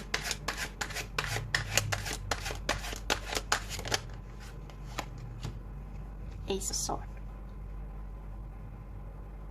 So yeah, I think you are in this midst of transition between 2 worlds. So maybe previously you are someone who is loyal to your family, loyal to your religious belief, and now you have become independent, or maybe in the process of becoming independent. But then you feel this need to become more playful and to be open to the mysteries of life, especially with regards to your sexuality. So I think you are like, I think you are still unsure about your sexuality. That's why we have the Moon here, and the 2 of Swords. This is like trying to find the right answer, trying to listen to your intuition. I think your intuition will win with this High Priestess and Ace of Wands. So you are trying to, so previously you are someone who is ruled by logic. And I think with the Hierophant here, you feel like you kind of deny your own sexuality. But with the fire here in the 2 of Swords and the fire here in Ace of Wands, I think you have to start to realize that your sexuality is more complex than you thought. And I think with the Peace and Higher Power card, I think you will finally come into terms with the fact that you are different. It's like you will eventually believe in magic, believe in the impossible, but I think you will have a hard time to cut the cords with everything that has, I think you will have a hard time to cut the cords with the beliefs and the environment that have shaped you, okay? So these cords are beliefs and people and connection who have shaped you into who you are, but you feel like you are changing. You feel this temptation to become someone who is different from this Queen of Swords here. You are tempted to become more playful, and like maybe before you are someone who is always responsible and put other people first, but now you focus more on your own abundance. and it has created a conflict within you because you are in this transition mode where you want to shed your old life and transition towards your new life. So let's read the folklore for the Ten of Swords.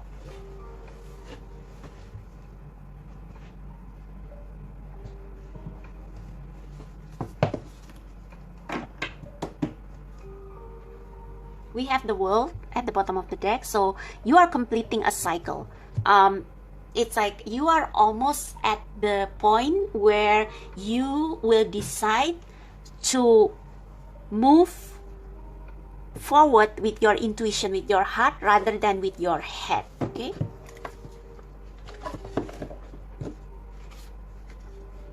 I think your the toxic relationship you had in the past has turned you into this Queen of Swords. Queen of Swords is usually someone who is shaped by heartbreak and they become cold and detached.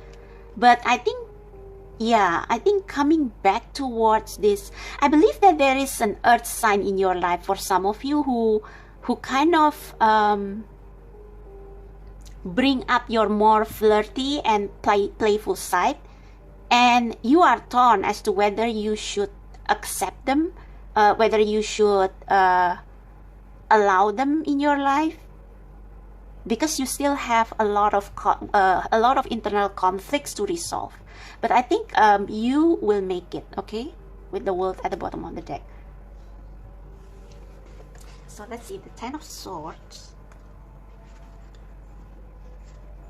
Okay, the Ten of Swords represent backstabbing and betrayal. Sedna's father pushed her from his kayak. See, there must be some of you who have issues with your father because they want you to be, if you are a guy, they expect you to be more masculine even though you have more divine feminine energy within you.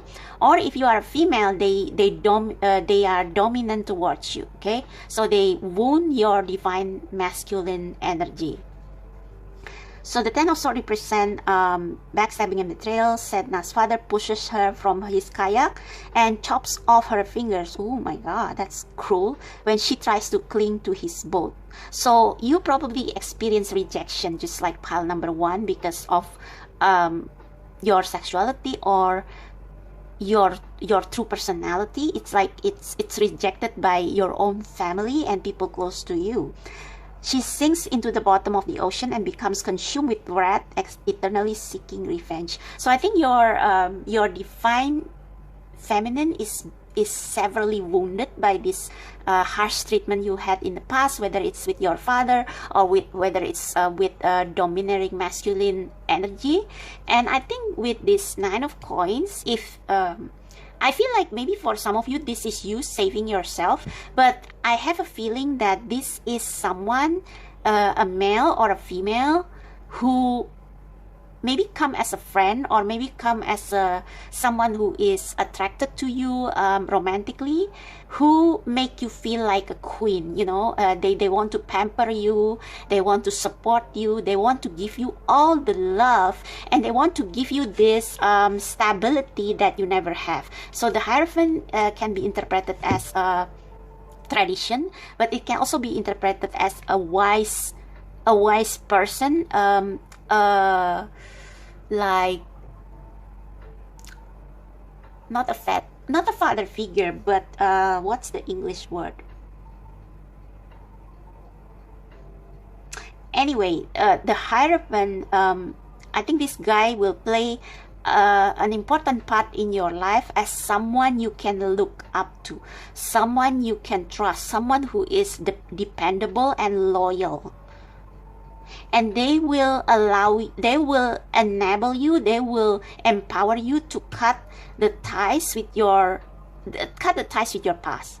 And I think you still have a lot of anger towards your father or anyone in your life who had wounded your innocence, your divine feminine energy, and you still feel anger and resentment towards them. So this person is going to help you to cut, to release the anger and the hurt that you have for the people in your life who have harmed you. And to free yourself so that you can start a new life and you can shine.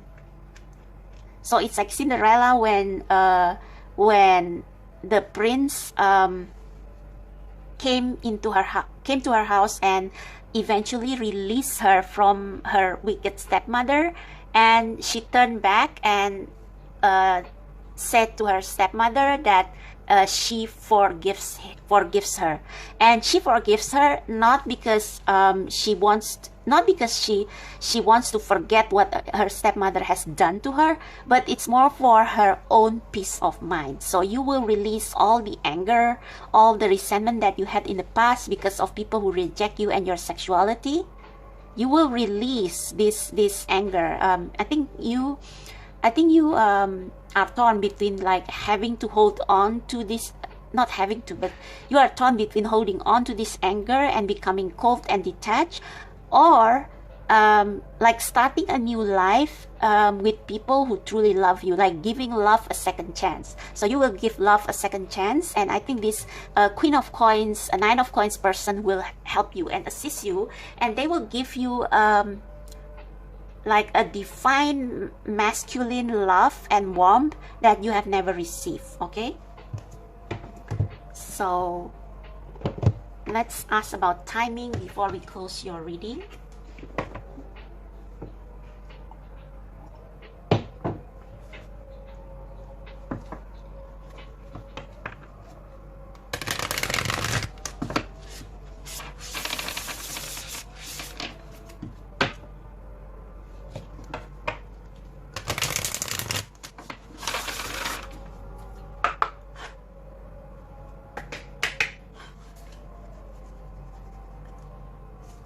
Okay, for my queer singles who choose pile number 1, what is next for them in love? What is coming towards them in love? My queer singles who choose pile number 1, what is coming towards them in love? Luck is on your side, yeah. New moon is Sagittarius, so this person can be a Sagittarius with heavy earth on their chart. So an earth or a fire person, or combination of both. So luck is on your side, meaning that you will eventually, with the help of this person or this earth energy, you will release your anger and your the hard cold side of you that has been caused by this toxic masculinity in the past, and you will give a second chance on love, and this time you will open up your heart to a love that you deserve, to a person that deserves your love. Okay, show the world the real you at the bottom of the deck. So it's safe for you to come out, it's safe for you to love again, it's safe for you to find love that is in alignment with who you are, with your sexuality and with your heart. Okay, so one last card for you from the Divine Doors Tarot, sorry, from the Divine Doors Oracle, not Tarot.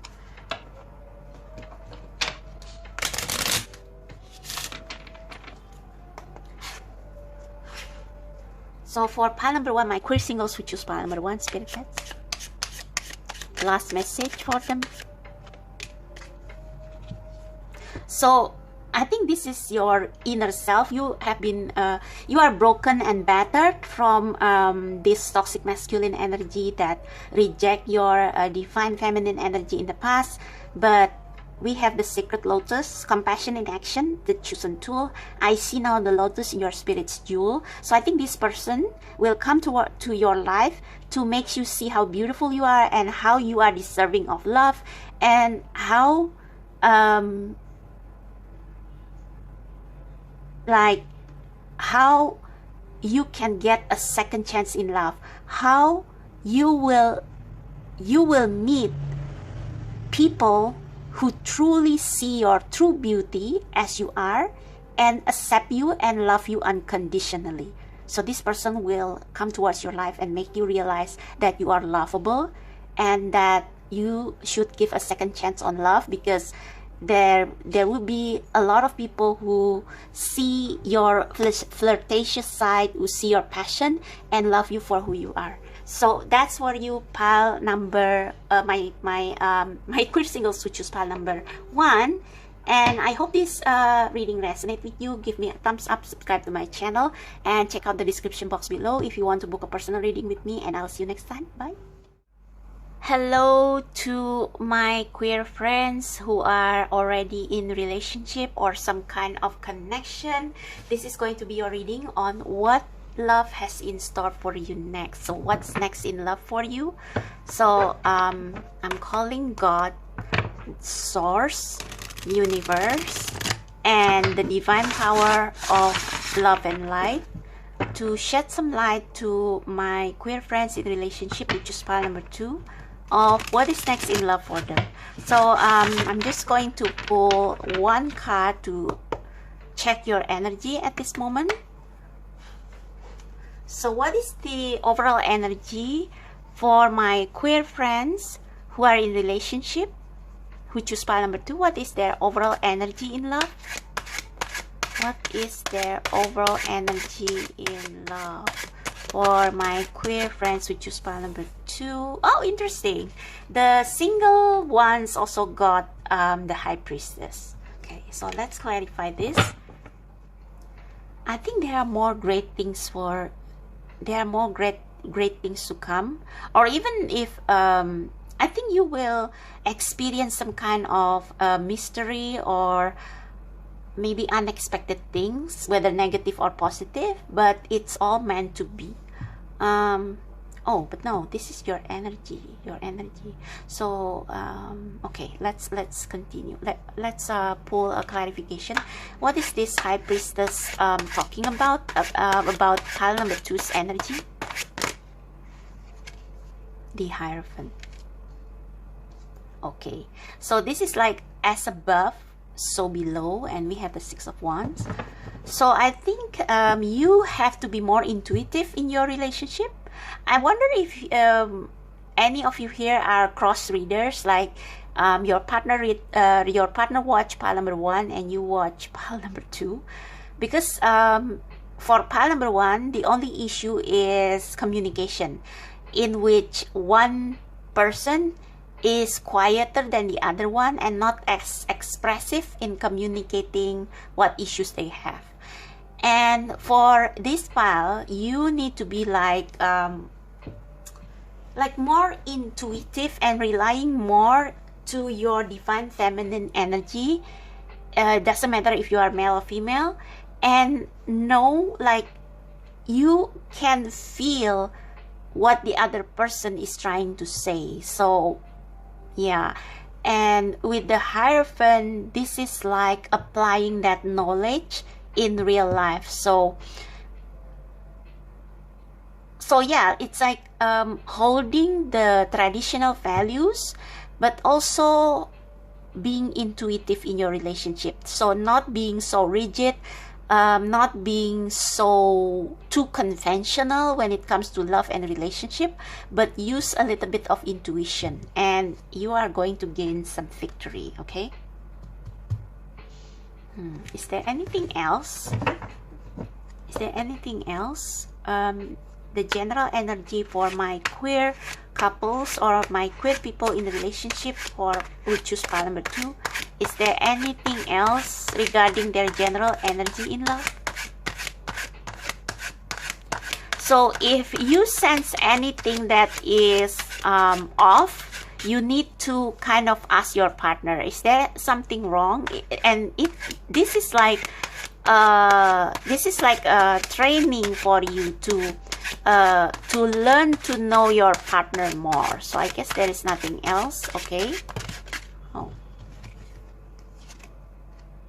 yeah, Ace of Swords. So rather than making like guesses about what your partner is feeling, and we have 5 of Wands and 6 of Swords. So I don't know, some of you probably come from pile number 1, or your partner check out pile number 1. So 6 of Swords, 5 of Wands. A little bit of communication can resolve a lot of misunderstanding. That's what I'm going to say. Okay, a little bit of communication will resolve a lot of misunderstanding. And with the High Priestess, it's like being intuitive and know when something is not right. Okay, and talk it out. talk it out, okay? Be clear about it. So what is next in love for pile number 2? For my queer friends who are in a relationship who choose pile number 2, is there anything else that they need to know about what is next in love for them? What is next in love for my pile number 2? For my queer friends who are in a relationship who choose pile number 2, what is next in love?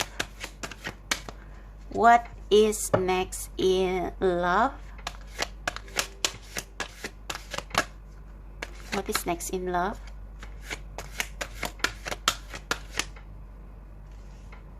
To the sea. Message in a bottle.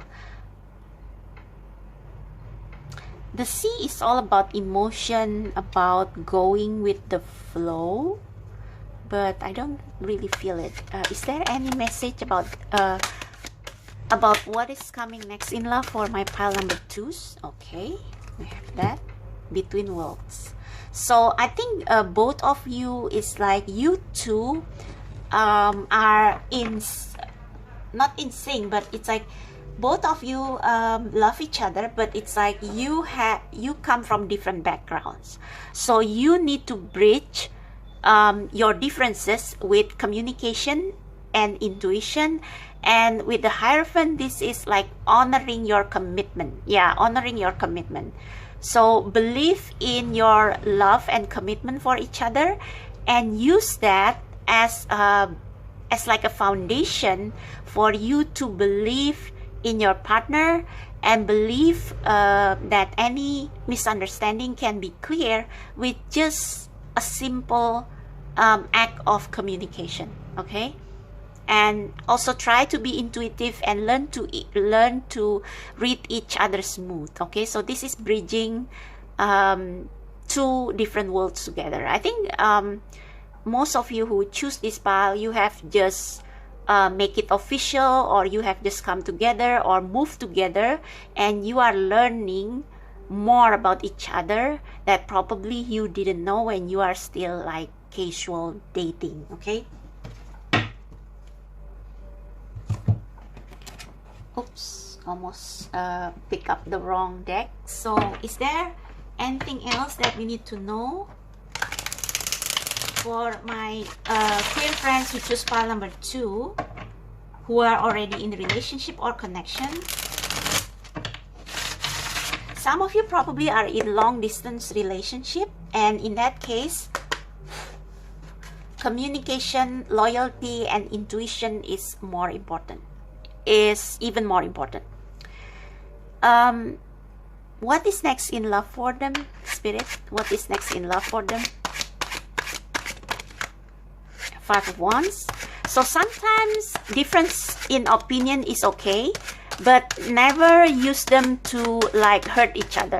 So this is like brotherly brawl. So you sometimes compete with each other or argue with each other, but it's never with ill intention. Okay, so we have Queen of Wands. I think both of you are fire sign, or you have significant fire sign in your chart, so maybe your temper quickly flares and quickly dissipate, but it's like, yeah, sometimes you get involved in such a heated argument, but I think you have to learn to be a bit more mature, more detached from your emotion, to be able to sort things out, because sort is like cold, it's not hot like fires or wands. So you have to kind of, I think both of you have strong egos, so sometimes you have to set that aside a little bit in order to keep the relationship balanced and fair. Okay, keep it fair. Yeah, see, you have to be cool in the midst of fire, because I think both of you are like fiery people. And sometimes if you are not being careful with your ego or with your temper, it can hurt other people as well. So yeah, I take back my words that this is harmless argument. But I think you guys, when you argue, it's not like you intend to hurt each other, like not intentionally, but it's like, it's just that you are lost in your ego and your temper. So you need to be like more cool-headed, more objective and fair in solving every problem. Okay, is there anything else that they need to know with regards to what is coming next for them in love, for my queer people in pile number 2, the Emperor? Yeah, so this is like regulating your emotion, regulating your I think sometimes you still act like small children, like you insist that your opinion is the right one, and it's time for you to step up, to mature, to bridge between these two worlds. And the Emperor is like the King of Kings. They are the leader of different realms. So that is how your relationship should be. You should be able to bridge your differences and learn to be more intuitive when it comes to solving issues, instead of following your emotion or your ego, and be fair and objective. Okay, see, if you guys can overcome this, then you will have a very blissful wedding. So this is this reminds me of the Little Mermaid, you know, when Ariel and Prince Eric got married, and the mermaids, the merfolks, all come to the surface to send them off. So you are from two different worlds, and sometimes you often clash in your opinion, but you also have like strong feelings for each other or passion. I don't see cups here, so maybe you are just starting a new relationship.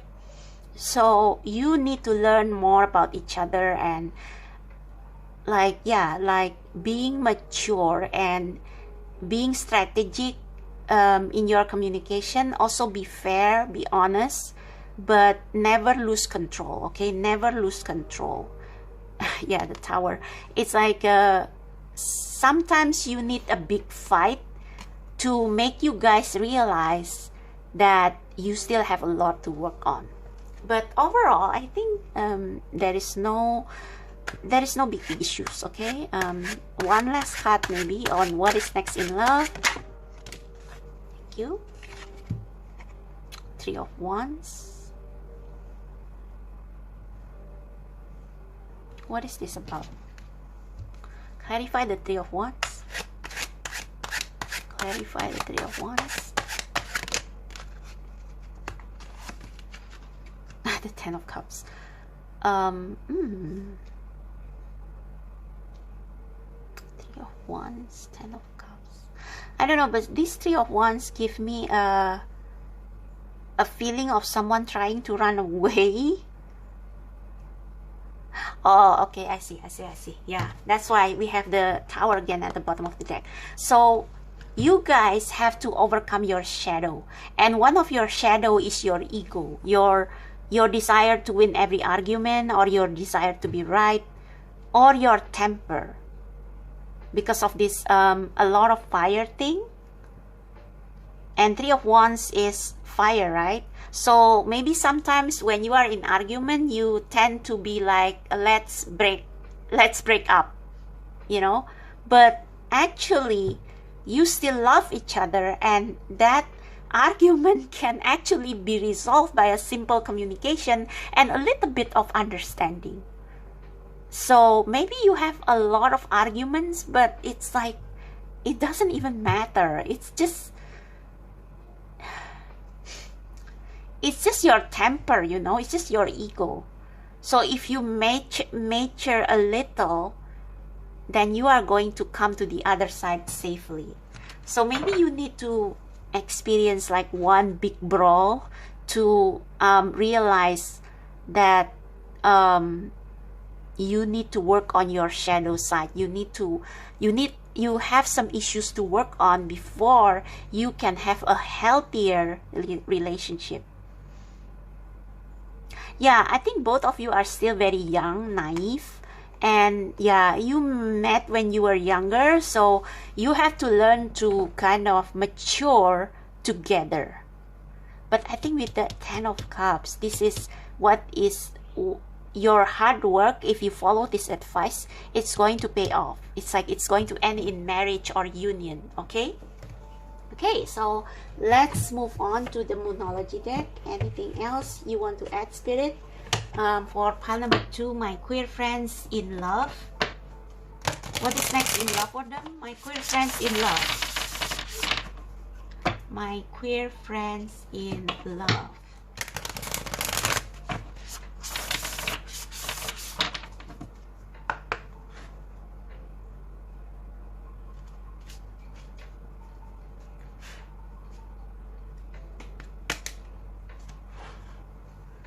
For my queer friends in love, anything else they need to know on what is next in love for them?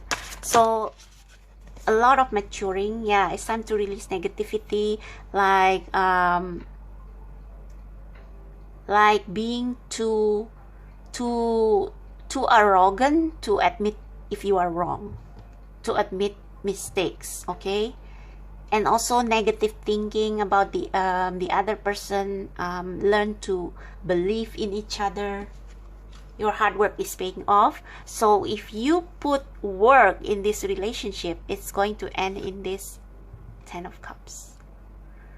This can also mean leveling up in spirituality, in maturity, both emotional and mental maturity. Okay, hold your vision and time for healing. So yeah, don't let your past hold you back. So you need to heal from some issues from your past in order to realize your shadow or trigger that may be a hurdle in your relationship. So you need to release some old past trauma in order for you to be more mature in your relationship, be more objective, be clearer, and to be more intuitive in knowing the truth about your connection with each other.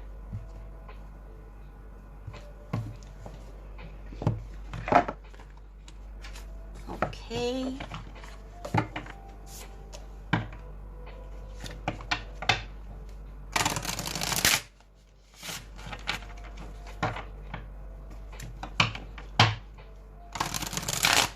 Ooh.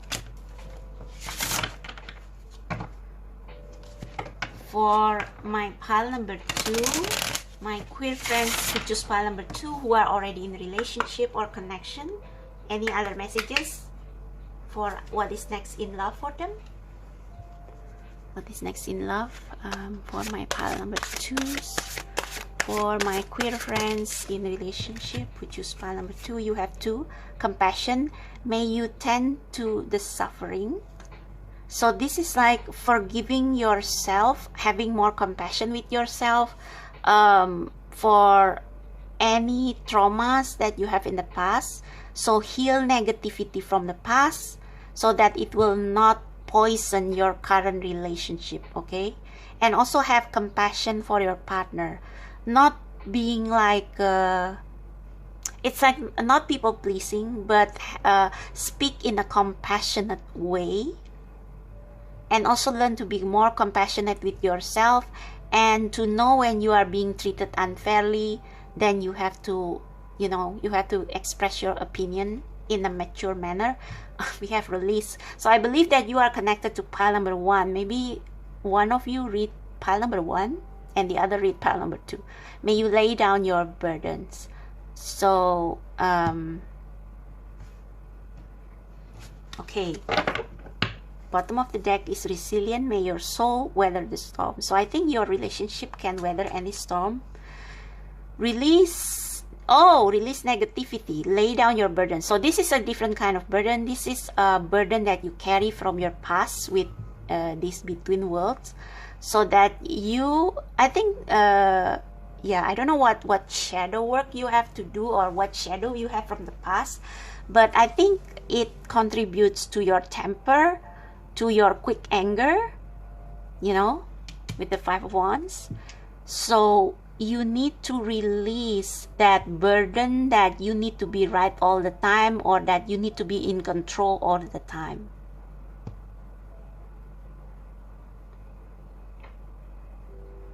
Yeah. Yeah, release the negative thinking, negative beliefs that may affect your temper or your ego, okay?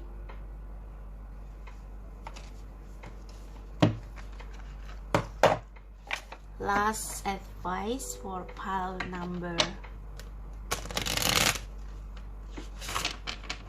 2. For my queer friends in relationship who choose pile number 2, what is the last advice for them on what is next in love? That was quick. The art of life. There is no secret light in the aura of life. Again, blue door. Pile number 1 also got blue door. Blue, blue, blue, blue. It's all about communication. Throat chakra. There is no sacred light in the aura of life. Be bold in your skin. Let your love dance inside. So I think this is like with the art of life, you have to like do this little dance in your relationship, like learning each other, learning the art of communication, I should say. So it's like learning to dance. So if one step back, the other step forward, and vice versa, so that you will be like balanced and always in harmony. And we have Jude song, a reminder for even in the most hopeless of lost cases, you can find peace within the strangest of places. So if you feel like overwhelmed, or you feel like everything has gotten too much, just remember that there is still hope, that with the high priestess here, I think your relationship is meant to be, and you come together to learn the art of life and the art of understanding each other and coming together despite your differences, and to learn from each other how to work on your shadows, okay? How to release the burden of negativity from the past that affect your relationship. So it's like a learning experience, okay?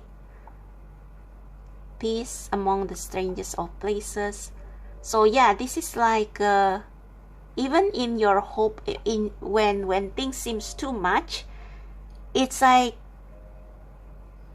you can believe in the strength of your love for each other, okay? Yeah, it's like you are each other's home. Peace in this within the strangest of places. So even though you feel like you are too different, that you are that you maybe sometimes you believe you are not meant to come together because you are too different, but I think with a little bit of work and communication, you can realize that 10 of cups, okay? So that's for you, pile number 2. I hope this resonates. I hope this helped. If you like this reading, give me a thumbs up, subscribe to my channel, and check out the description box below if you feel called to book a personal reading with me.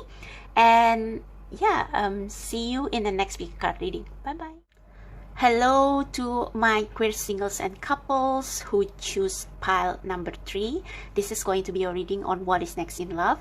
So first I'm going to read for my queer singles who has no one in mind, or are not in relationship yet, and then I'm going to move on towards those of you who are already in a relationship or have someone in your life or in your mind, okay? So let's start with the singles. So I'm calling God, Source, Universe, and Divine Power of Love and Light to shed some light to my queer singles who choose pile number 3 on what is coming next in love for them. So let me clear the air a little bit.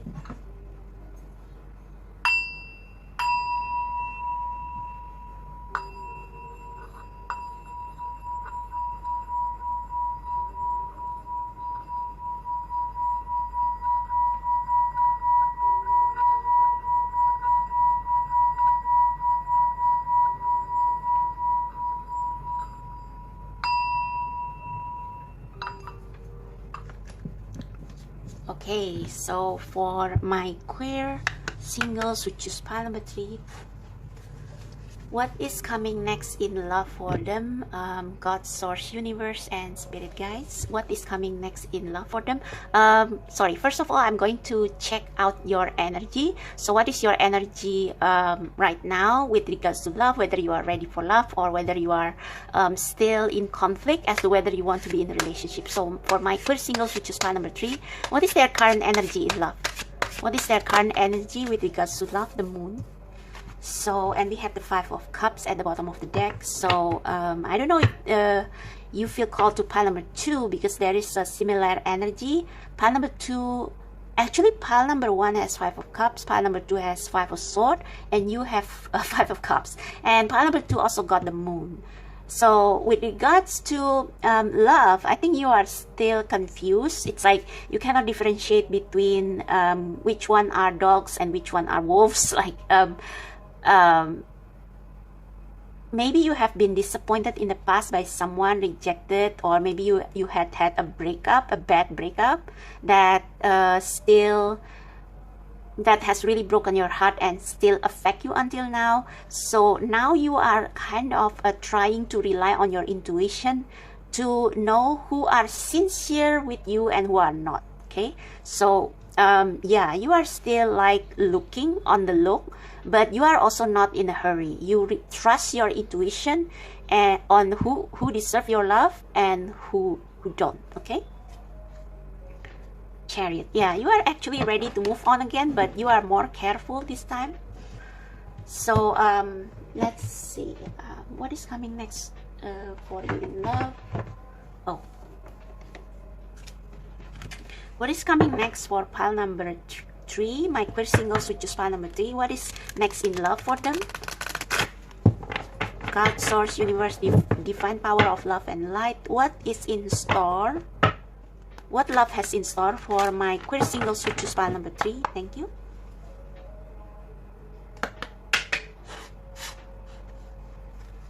For my queer singles who choose pile number 3, what love has in store for them next? For my queer singles who choose pile number 3, mending. Oh. I think this can mean mending your broken heart with the 5 of Cups, or you may reconcile with someone. Any other information, spirit guides, on what is coming towards them next in love? Oh, we have a chunk. Oh, we have round and round. So I think you are still I wonder if you and someone is in kind of on and off relationship, or you are still thinking about them, or you have been left hanging by them, like they don't want to commit. So you are in this never-ending cycle. Serendipity though. Time to go at the bottom of the deck. So if I know these are for my singles, but if you have been in a relationship before and this person, it's like this person doesn't want to commit, and they like keep repeating their wishy-washy behavior, I think you should let them go because you deserve better. It's like this is the 4-leaf clover and it represents luck. So there is something better for you in love. Not for you, time to go. Yeah, that's very clear. So someone has been playing with your heart and you will say no, no, no more. What is this mending card though? Can we get a clarifier on the mending card, please, Spirit? Thank you. Clarifier on the mending card. For my queer singles who choose pile number 3, what is this mending card? So you clearly haven't let go of someone, or your grudge towards someone in your life who used to be in a loving relationship with you. But clearly you are not for each other anymore, but you are still like hang up on them, or you haven't recovered from the wounds they have caused. So please clarify round and round for my queer single who choose pile number 3. What is this round and round? Wow, the High Priestess, pile number 2 also got this.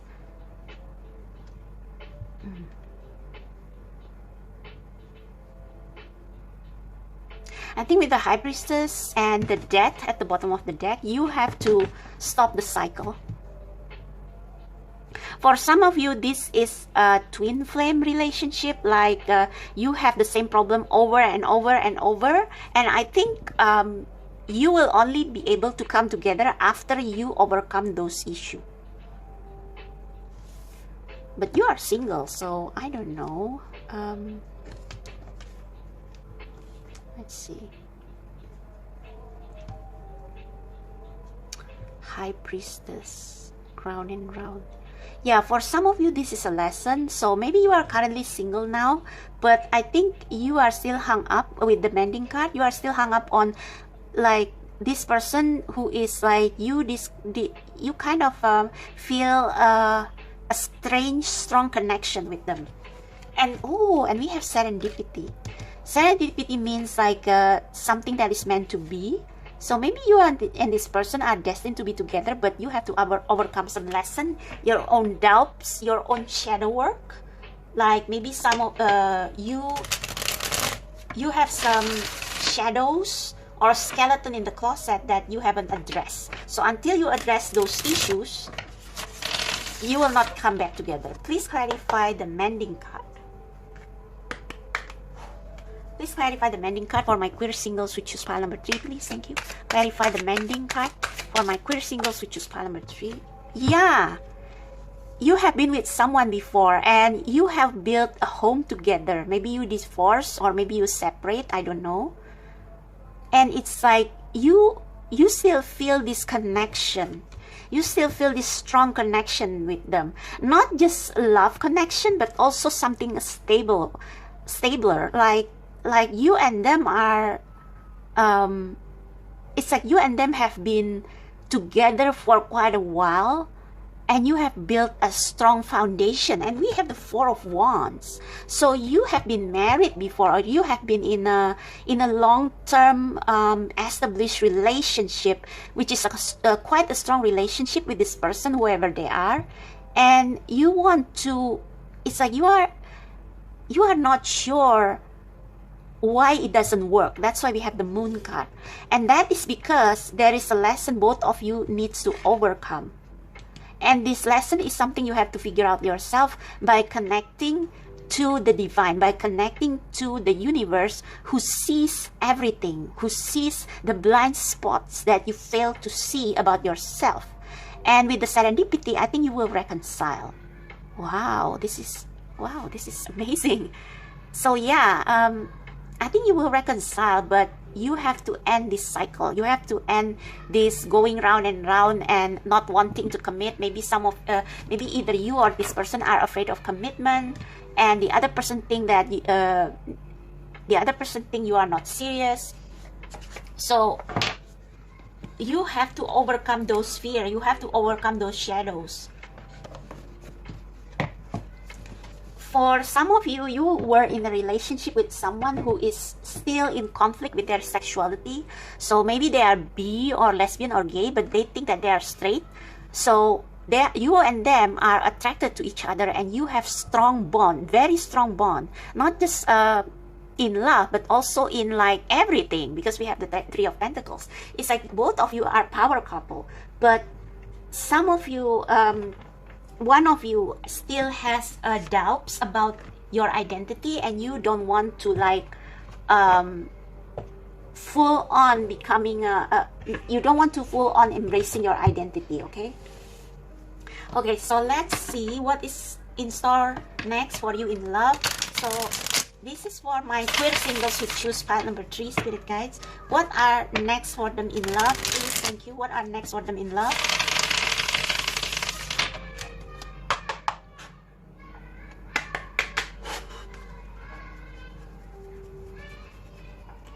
For my queer singles who choose pile number 3, what are next for them in love? What is next for them in love? My queer singles who choose pile number 3, what is next for them in love? 5 cards, please. Thank you. Ooh, 10 of Swords. Yeah, some of you have gotten tired of this round and round. So I think one of you is overthinking. And you are overthinking of what people will think of you if they know that you are gay or lesbian or bisexual, and that is like hindering your relationship with each other or the bond you have for each other. Anything else?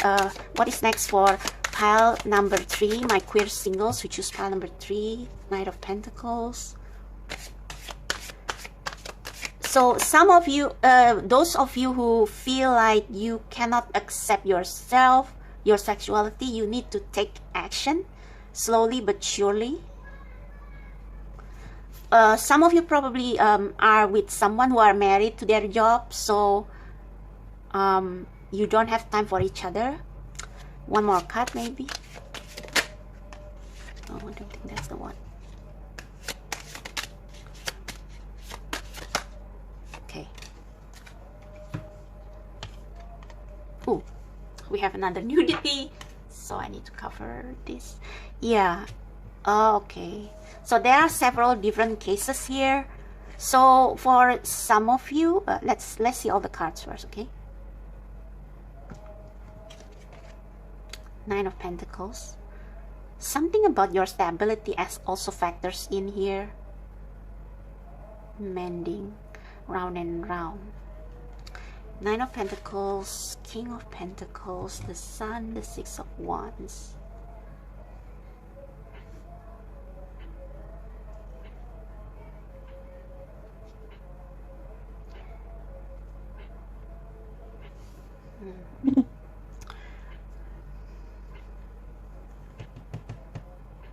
So yeah, for some of you, you have had this strong connection with someone in the past, but now you are currently single. Maybe you have broken up with them. Maybe you have broken up with them like several times because of this repeating issue, whatever this is.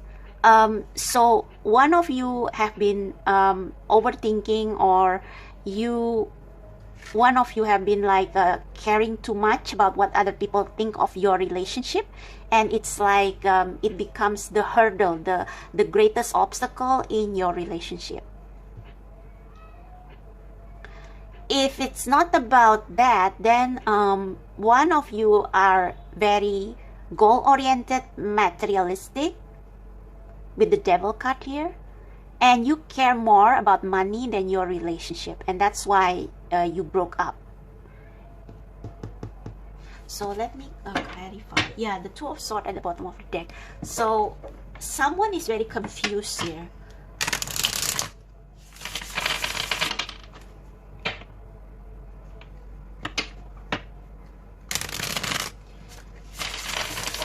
This has to do with family stability and money. So I think maybe for some of you, you have been with someone who value their family more than you. With King of Pentacles, Knight of Pentacles, Nine of Pentacles. It's like maybe their family like told them that if you engage in same-sex relationship, you will not inherit family business, something like that. And with this Devil card, it's like this person is tempted by, not tempted, yeah, it's like they become confused because they want the money, but they also want you, something like that. Please clarify the Nine of Pentacles, the Wheel of Fortune. What is coming next in love? Clarify the the Knight of Pentacles. Clarify the Knight of Pentacles. Oh, the Unknown card.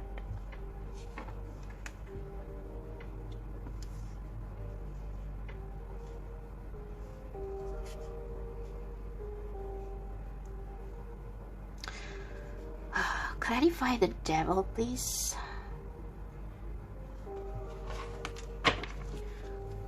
Clarify the Devil. What is the Devil?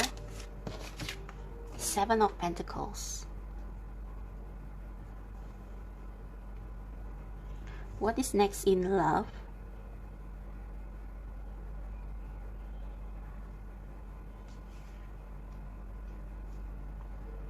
Clarify the Ten of Swords. Clarify the Ten of Swords. The Four of Wands. Yeah, some of you like overthinking this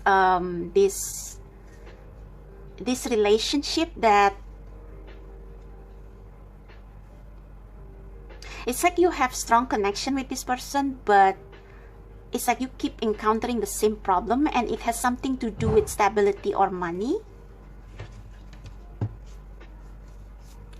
Please clarify the King of Pentacles. Thank you. Clarify the King of Pentacles. Seven of Cups.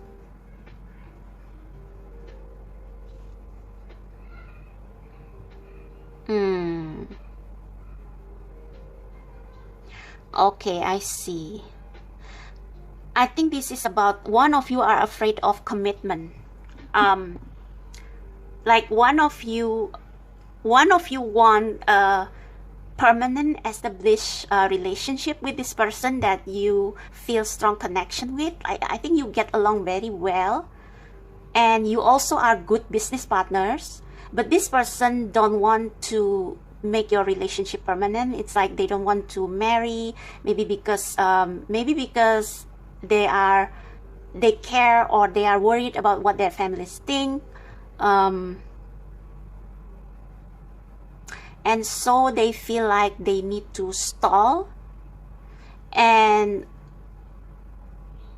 I think you have dreams to, both of you have dreams of a better life, but it's like it feels so far away, and one of you is like more practical, and you kind of say our relationship, it's not something that can become permanent. It's like it's just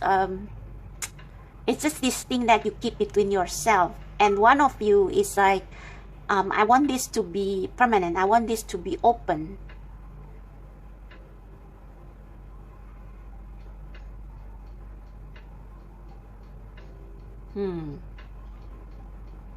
But we have the Sun and the Unknown card and Six of Wands. So if one of you, whoever it is who feel this Ten of Swords, or whoever feels this Devil card, if you can overcome your shadows, and if you guys can talk, mend your relationship, and come to a solution that benefits everybody, it's like your relationship will be this, like this Sun and the Six of Wands. You will be victorious. You will be a power couple. Yeah.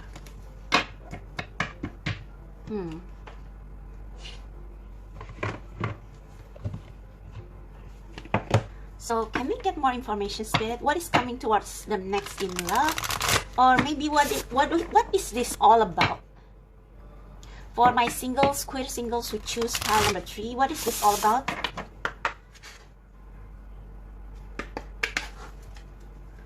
What is coming next in love for them, or what is this issue all about? How they are going to be resolved? For my queer singles who choose pile number 3. Luck is on your side again. This is this card came up for pile number 2. Can we get 2 more to clarify this issue? Can we get 2 more?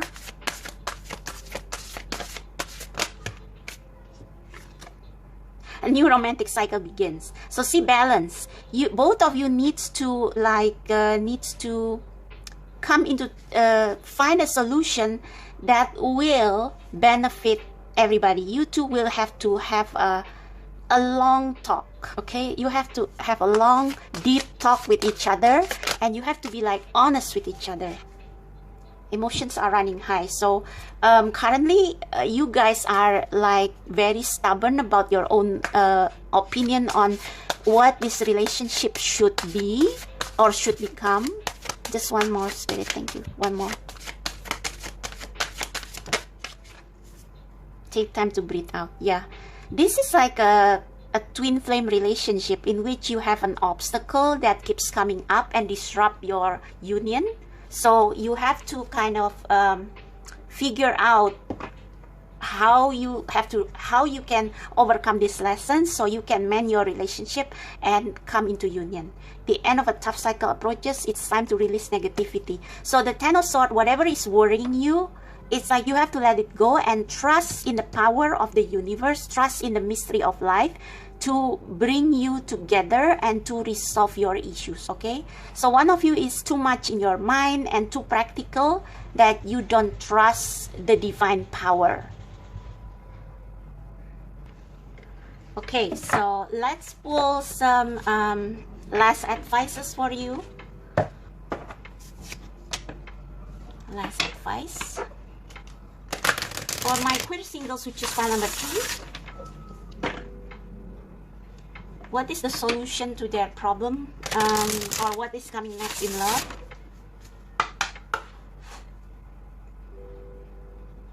What is coming next in love? What is the advice they need for what is coming next in love, Spirit? Thank you. Whoa. Ease. May it be effortless. Okay. So one of you needs to, one of you tends to overthink, to think too much about what is going to happen next, how we are going to build our family, if we are queer, this is not going to work. So one of you is the more overthinking, pessimistic one, and you need to balance each other, okay? Anything else?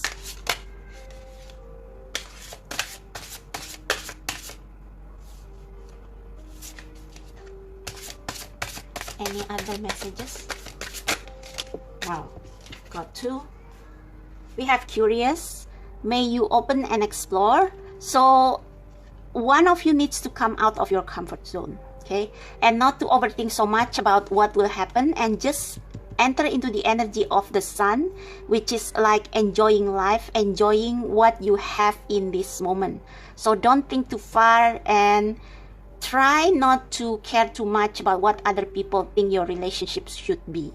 Release. May you lay down your burdens. Okay, so for some of you, you have a lot of you have a lot of responsibilities, and because of those responsibilities, you feel like your loyalty is torn between your significant other and between your family. So whether it is you or whether it's your ex, okay?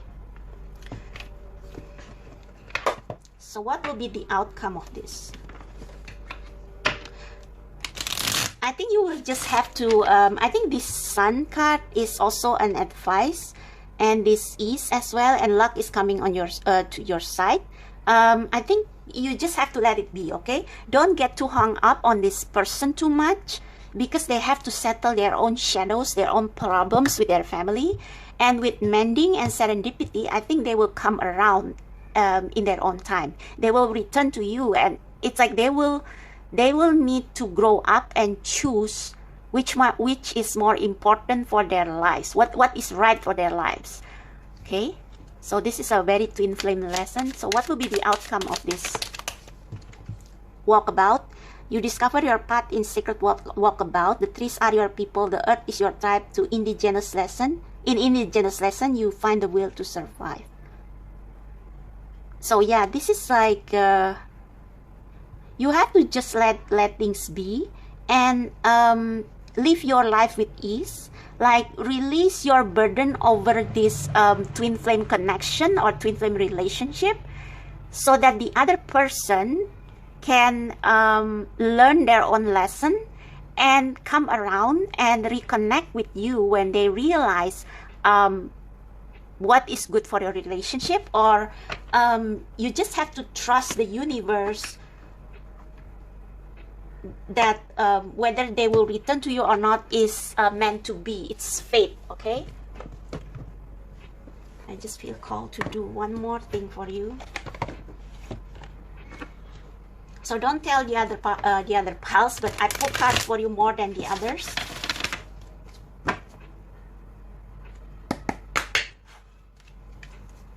So what will be the outcome of this? What will be the outcome? Listen to your intuition. Yeah, just follow your intuition with the moon card, and let the let the issue solve by itself, okay? Because this is not within your power. The divine will solve it for you, okay? Romance, I think you two will come back together, but in divine timing, okay? Just trust your intuition. So that's for you, pile number 3. I hope this reading resonates. I hope it helps. If it does, please click like, subscribe to my channel. Check out the description box below if you feel called to do a personal reading with me, and I will see you next time. Hello, my queer friends who are in some kind of connection or in a relationship. This is going to be your reading if you feel drawn to pile 3 or the Crystal Visions Tarot. Now, before we get into the main question, I am going to pull one card to see your energy and your partners with regards to your relationship, okay? So let's see your general energy. This is also going to tell you whether you have indeed chosen the right pile. So if this energy doesn't resonate with you, feel free to check the other piles. Okay, so I'm asking God, the higher power, universe, the source of all things, and divine power of light, please let us know what is the general energy of love of my queer friends who choose pile number 3, who are currently in some kind of connection or relationship. What is their general energy with regards to love and relationship right now? What is the energy of my pile number 3 who are in relationship? My queer friends in pile number 3 who are in relationship, what is their energy right now with regards to their relationship or love connection? What is their general energy, Spirit guides? Thank you so much for your help. Thank you, thank you, thank you, Spirit. Okay, we have the 10 of Wands. So okay, I think you guys have been through a lot, but usually 10 of Wands is depicted as someone who is hunching down under their burdens because they take up too much. So I don't know if you and your partner has been under a lot of pressure lately, or maybe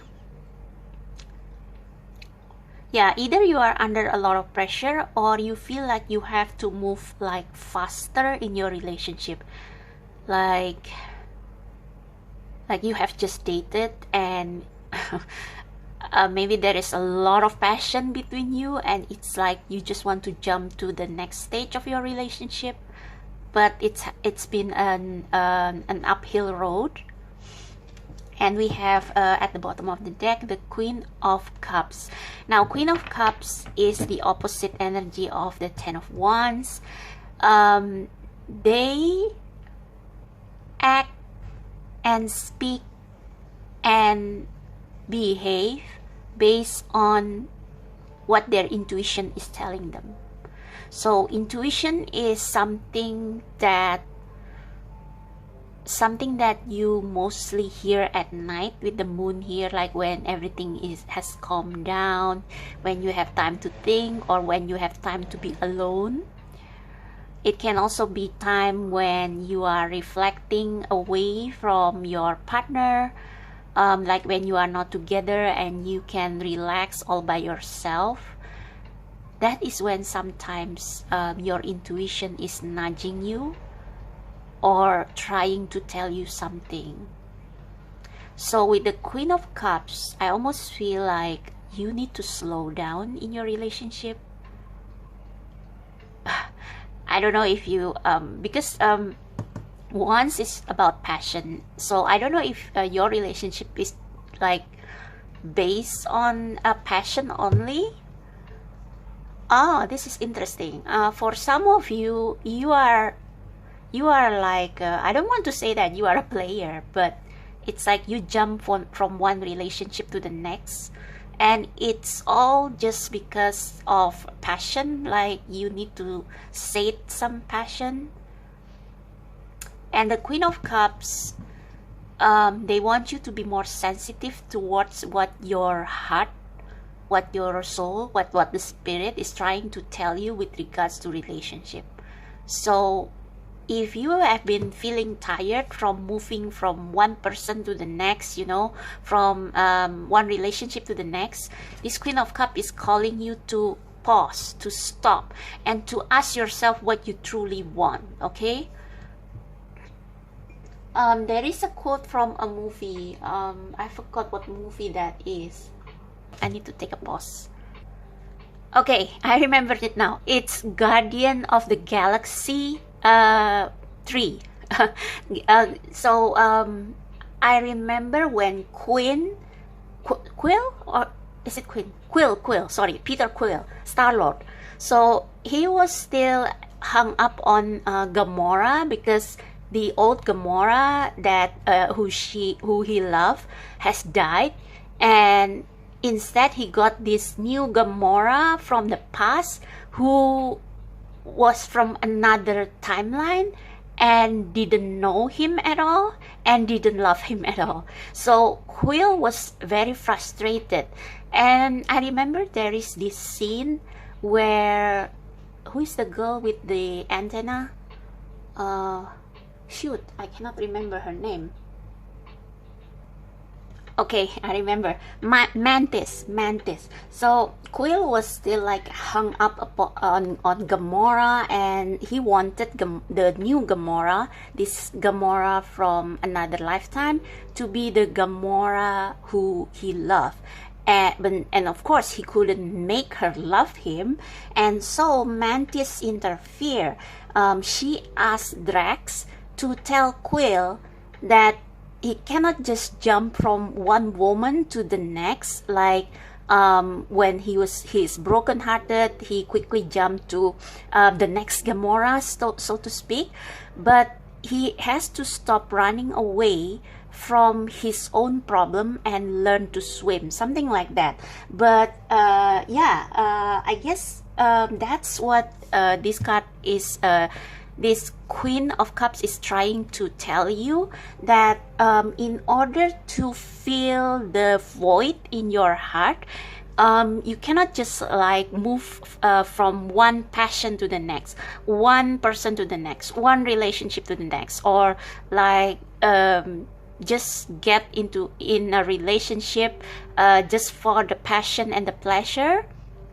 But you have to find out what is the source of the issue, why you feel burdened with your passion, with this pressure of, I don't know what pressure you have. Maybe I need to clarify this card. But yeah, basically you need to slow down and to really reflect on what is wrong with you, why you are in this burden 10 of 1 state, why you feel like you have to hurry, that you have to exhaust all your resources, like you are longing for heart-to-heart connection, but you cannot find one, and you settle with like friends with benefits, or moving from one relationship to the next, things like that, just so you can fill the void. But this Queen of Cups is telling you to ask your heart what it truly wants, because I can see that you have grown tired of moving from one relationship to the next. I think this is also telling you to follow your intuition as to what kind of relationship that will feel true to you. So I don't know if you are bisexual, maybe you are confused of your sexuality, and it's like you are trying different things. You date man, you date woman, but maybe what you need is a soulful connection. And that is what you should look for, instead of trying different types of relationship. Okay. And with the Fool here, I think this is saying that if you follow in your intuition, you will feel so much lighter. You will feel free. It's like you will be free from that feeling of I need to have someone beside me on my bed every night. You will be free from that feeling, and you will realize that actually when you let go of that that compulsion to have someone in your bed every night, it's like you will let loose of your burden and you will be able to truly find where you belong and what kind of soulmate that will truly fulfill your heart. I don't know how to say it in English in an eloquent way, but I hope you can understand what I mean, okay? Yeah, Six of Swords, you need to chill. You need to enjoy life instead of like feeling like you should have someone by this age or something, okay? So I want to clarify. Ooh, 12 minutes already. I want to clarify what is this Ten of Wands.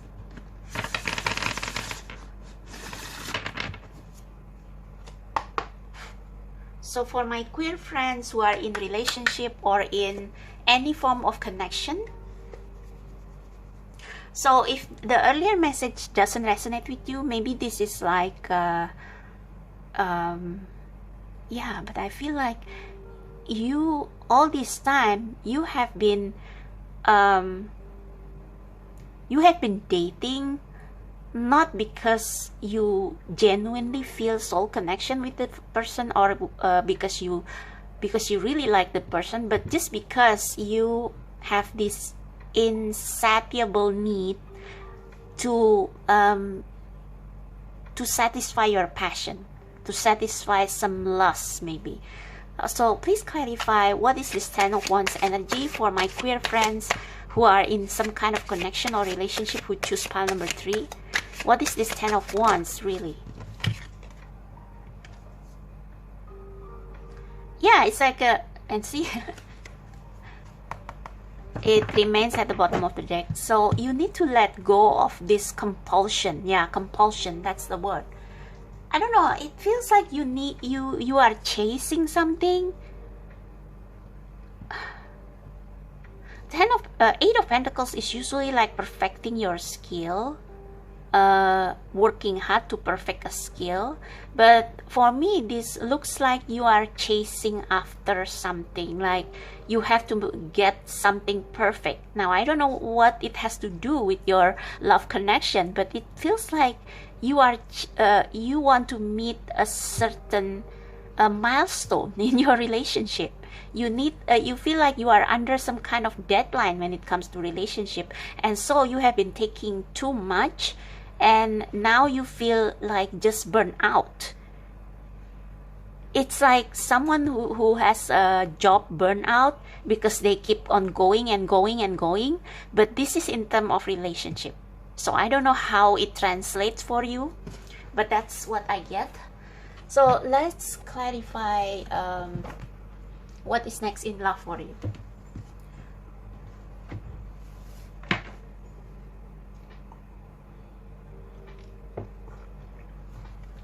So yeah, it feels like you are in relationship or in many relationship just to fulfill your earthly needs, because Pentacles is earth. Your earthly needs means that you need sex, you need intercourse, you need someone beside your bed every night to keep you to make you feel safe. So I don't know why do you need to always have someone to make you feel safe, but I think it's a bit like Quill when he lost Gamora. So instead of letting it go, instead of accepting the fact that the Gamora whom he loved had died, he keeps trying to get this new Gamora to fall back in love with him, and eventually Quill realized that he has to let Gamora go. He has to let that relationship his relationship with Gamora in the past go.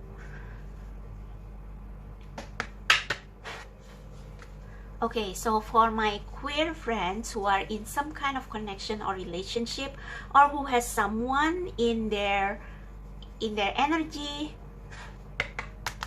Please, God, Source, Universe, Divine Power of Love and Light, can you tell them what they need to know about what is next in love for them? What they need to know about what is next in love for them. Thank you. Yes, time for a nap. You have to take a break and find out what do you truly want. Maybe some of you are like experimenting with your sexuality instead of like meditating to buy the book. Okay. Yeah, it's like instead of having your energy scattered trying to find the perfect relationship, like trying different keys until you get exhausted, you may want to take a nap. And when you relax, it's like the universe will give you dreams, perhaps. See, there is a face there. It's like when you sleep, when you just stop dating and just start enjoying your time alone, relaxing, get into a healthier lifestyle. It's like you will have visitation from the spirit telling you what is coming next in love, or what do you actually need in love. With By the Book, I think this is telling you to do things in a more gradual, step-by-step manner. So not being this chaotic and overburdened and feeling like you need to reach some target. I don't know why do you need target in relationship, but yeah, it's like slow down. It's like how 11s walk. Like they walk in order. So you need to get things in order. I guess this is a card before the horse kind of case. So maybe you have an issue. It's like you don't know who you truly are. Are you, like, in terms of sexuality, are you a bi, or a bisexual, or gay, or a lesbian, or straight? It's like you haven't found out, and you need to find out first. You have to find yourself first. What kind of person am I? What is my sexual orientation? What do I want in love? What kind of soulmate do I need, or what kind of soulmate I want? So it's like you asking yourself, what do you want out of love? Some of you, okay, another message coming in. Some of you probably worried because you are not interested in anyone, like not men, not women. You don't. You are probably asexual, or you are what do you call that? Demisexual.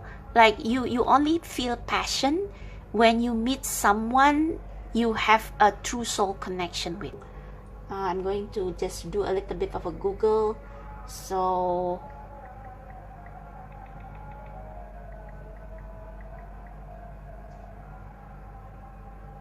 yeah, demisexual only feel sexual attraction to someone after they form a strong emotional bond with them. So maybe the reason why you probably panic and you try to get as many sexual experience as possible is because you feel like something is wrong with you, because you are not you never experience true romantic connection with anybody. But maybe it's because you are demisexual. You haven't found your soulmate, and you will not feel that romantic sexual tension unless or until you find that someone. So you have to find that person first, and you can begin by first asking yourself, what is my true sexual orientation, and what kind of relationship do I want? Do I want romantic relationship, or am I leaning more towards platonic relationship, like soul tribe, soulmates, things like that? Okay, so yeah, at the bottom of the deck we have poise. So poise is like centering yourself, balancing yourself, instead of like being scattered, like not knowing where you should lean towards. You have to be centered. You should not follow, you should not get swept away by your passion or your emotion, but like listening to what your spirit, your soul have to say about love, about true connection. Okay, chop wood, time to go. So with chop wood, I think you need some kind of like exercise to be mindful exercise, like doing chores or going to the gym, or doing things that will allow you to empty your mind, things that will allow you to calm your spirit down, so that you can listen to what your spirit guides wants to tell you regarding what is coming next towards you in love, and in what form do you want love to come towards you. Is it platonic or is it romantic? Okay, so let's move on to, oh my god, I spent almost half an hour just trying to explain this.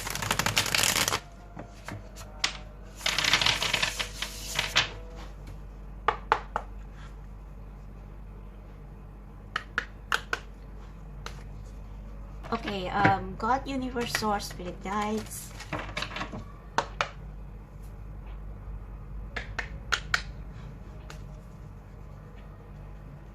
What is coming towards pile number 3 next in love for my queer friends who choose pile number 3, who are in relationship or connection? What is coming towards them next in love? What is coming towards them next in love? What is coming towards them next in love? 6 of Pentacles. Wow, that was a lot. That was a lot. Okay, let me.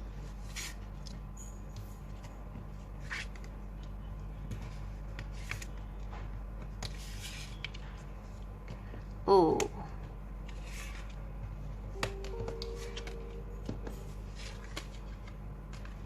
Okay, I think that will be enough. Wait. Oh, okay, we have 10. Okay, you have the most tarot cards of all 3 piles. So the only card that came up in the first row face up is the 6 of Pentacles. So you need stability, pile number 3. I think all this time you have been unstable in your romantic relationship. Like, you try this kind of romantic relationship, and then you try that kind, like you move from one relationship to the next.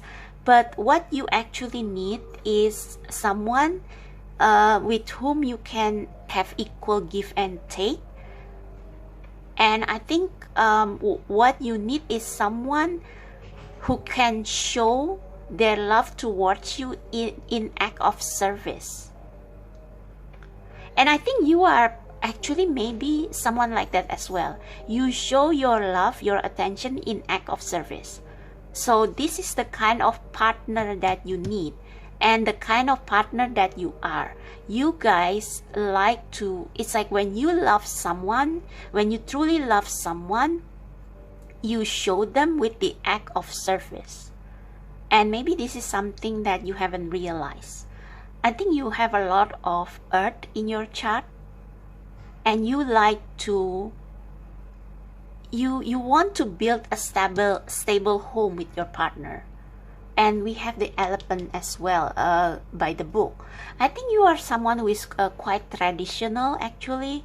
Like deep within your heart, you are conventional. You are a family man or woman, and you want that relationship where it's not only based on passion, but it's also based on love by the act of service. Okay, let's see what your cards are.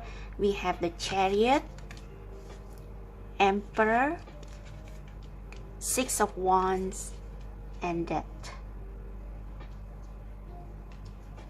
Yeah, with the Chariot, I think this is like, I'm going to read from the left to the right.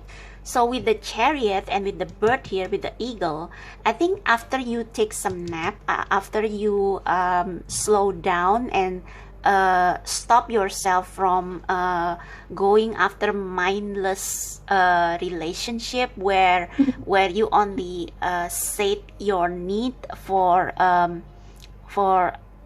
passion, for lust or desire. If you, after you take a break from that, it's like you will get into balance. And when you are balanced like that, when you are poised, when your masculine energy and your feminine energy is, your yin and yang are in balance, it's like you will know what to do to find the person who will be your forever partner, so to speak. Okay, so I think you will go through some kind of transformation with the Emperor and the Chariot. It's like you won't be as wild, so to speak, in your relationship as before. You will learn to be more centered, learn to listen to where your intuition is leading you towards when it comes to love, and you will become more self-regulated. Yeah, self-regulated. You will be more in control and in power of your desire. Yeah, so if you have intense sexual passion, it's like you will be able to self-regulate that. I think you will, yeah, you will self-regulate. You will be able to regulate your own desire and like strategize what you want to do next, to what you have to do to find your true love. So from the 10 of Wands, you become this 6 of Wands, someone who is charming but not a player. I want to know what that card is all about, but let's see the rest of the card. Yeah, 4 of Swords. Get some rest and chill and like really reflect. Like this woman is lying in a snow, and snow is cold, so you know, sometimes when we got too hot or too extreme in our passion, we get a cold shower to you know, to recenter ourselves. I think that's the feeling I get here. You get too extreme when it comes to relationship, and it's all based on passion and not so much on love and loyalty. Real give and take, real act of service. High Priestess again. What did I say again? Oh, because we got a Queen of Cups, and Queen of Cups is a very intuitive person. So when you cool down, when you take time for a nap here, literally taking for not literally, but like you rest, you get off your wild lifestyle for a moment. It's like everything will become clear. And you will realize what makes you this kind of player who always jump from one relationship to the next. It's like you will realize what the core issue is. The World, yeah, you will complete this cycle. You will learn the lesson and complete the cycle. It's like you are getting tired of living the high life. Yeah, living the high life of maybe getting involved in relationship with many people. You will get clarity with the Ace of Swords, and with this clarity you will become someone who is charming and confident, but not so much someone who doesn't know what they want. Okay, so 10 of Wands is like you don't know what you want. It's like you want everything, but at the same time you get nothing. And with the 6 of Wands and the Ace of Swords, this is more like the universe eventually, when you slow down, when you when you take time off from your high and fast and wild lifestyle, you will get an epiphany, you will get an enlightenment, and you will find out who you are, what you want out of love, what kind of love, what form of love do you really need, and your sexuality. Okay. And the Fool. The Fool is like you finally feel free, you finally feel that you are truly yourself, comfortable in your own skin, because you realize that all this time you have not been living as your true self. You have been moving from one relationship to the next to feel some need that can only be fulfilled by a different kind of love. So maybe you move from one person to the next, you sleep with different people, but what you need are maybe friends or soulmate or soul tribe who love you for who you are, who understand you, who gets you, who love you for all your strengths and weaknesses. And maybe you need a partner who is like that as well. So it's like you have been looking at the wrong places. Yeah, you have been looking at the wrong places. You have been looking for love at the wrong places, and it has started to wear you down. Okay? And once you get into the heart of the matter, no matter how uncomfortable it is, once you accept that fact that you are different, you will feel freer. You will feel like I don't have to hide anymore. I don't have to pretend that I am a normal woman or man. Once you embrace your true identity, you will feel freer to live and to find love that you actually need. Okay? So this Fool comes after death. So it's like death and rebirth. Yeah. And after all these things, look, Knight of Cups. Your knight in shining armor is coming towards you once you get this realization that you have been trying to fill a void, or you have been trying to blend in, or you have been trying to look for love in all the wrong places. So once you realize who you are, what your sexual orientation truly is, and what form of love or what kind of love do you truly need, the right person will come towards you. See? Your true love has been waiting, but you have to come into this realization first. Okay? Alright, so now let's go to some final advices.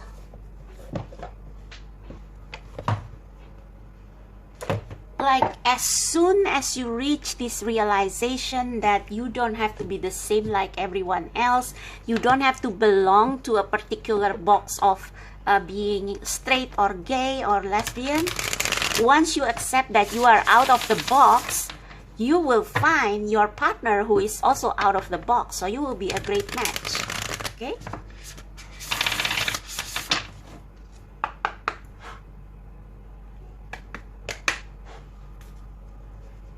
Okay, can we get some advice on timing, please, on when pile number 3, who is already in connection, find their true love? Like when they will find their true love. Your hard work is paying off.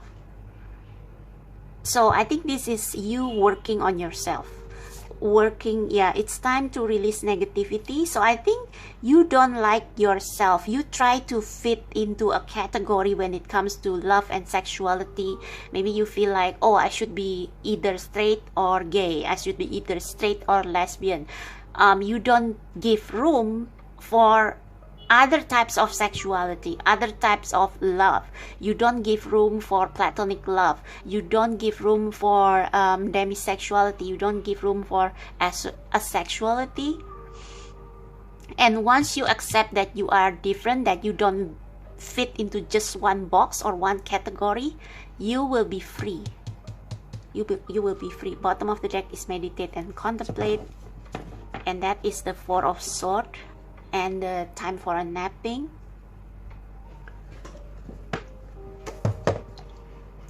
Last advice for pile number 3.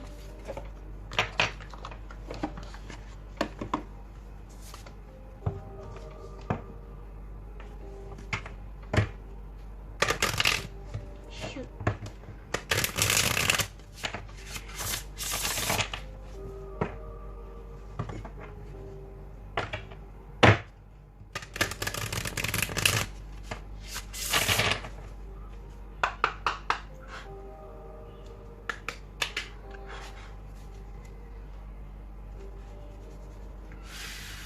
For my queer friends who are in romantic connection or relationship, what do they need to know with regards of what is coming next towards them in love? That was quick. Accept. Yeah, accept who you are. May you receive what is as it comes. So, I don't know if you watched The Little Mermaid, but there, I think Grimsby, like the live version, Grimsby told Prince Eric, I think Prince Eric was very stubborn in wanting to only marry the girl in his dreams, who is actually Ariel. And when Ariel met him, she was no longer a mermaid, she was a human, and she was mute. And Prince Eric was like, should I keep looking for the Ariel in his dream, or should I accept the Ariel who cannot speak, the Ariel who is actually in his life? And Grimsby told him, forget what you think should be and accept what is. Okay, so don't like got hang up over some fantasy romance, but accept your true sexuality and what kind of love you actually need. And even if you are asexual, it's okay, because love comes from in different kind of forms. Okay, so if you accept that, you will be much happier and you will be able to shed all those expectation and burden. Okay, so is there anything else? Wow, you got 2. Compassion. May you tend to the suffering. So I think this is like maybe you have high expectation towards yourself, and you should be more compassionate and accept that you are different, and that is okay, and that is beautiful. We have wild. May you express all that you are. So this is the full energy. So not wild in the wrong way, like looking for love in all the wrong places in clubs, but wild like unapologetically being yourself. Allow. May you soften into what is. May you soften into what is. Again, what is. Accept yourself for who you are.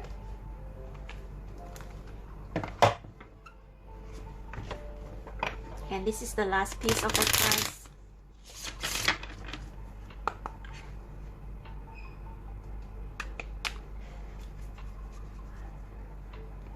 What is next in love for pile number 3 who are already in relationship? The Sacred Lotus, compassion in action. Again, that word compassion.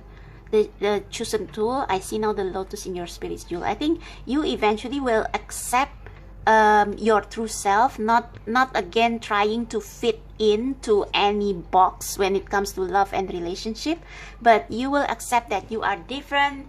Whether you are demisexual, asexual, bisexual, gay, lesbian, you will accept who you are, and it will set you free, and it will bring you your Knight of Cups and the true love that you have been seeking.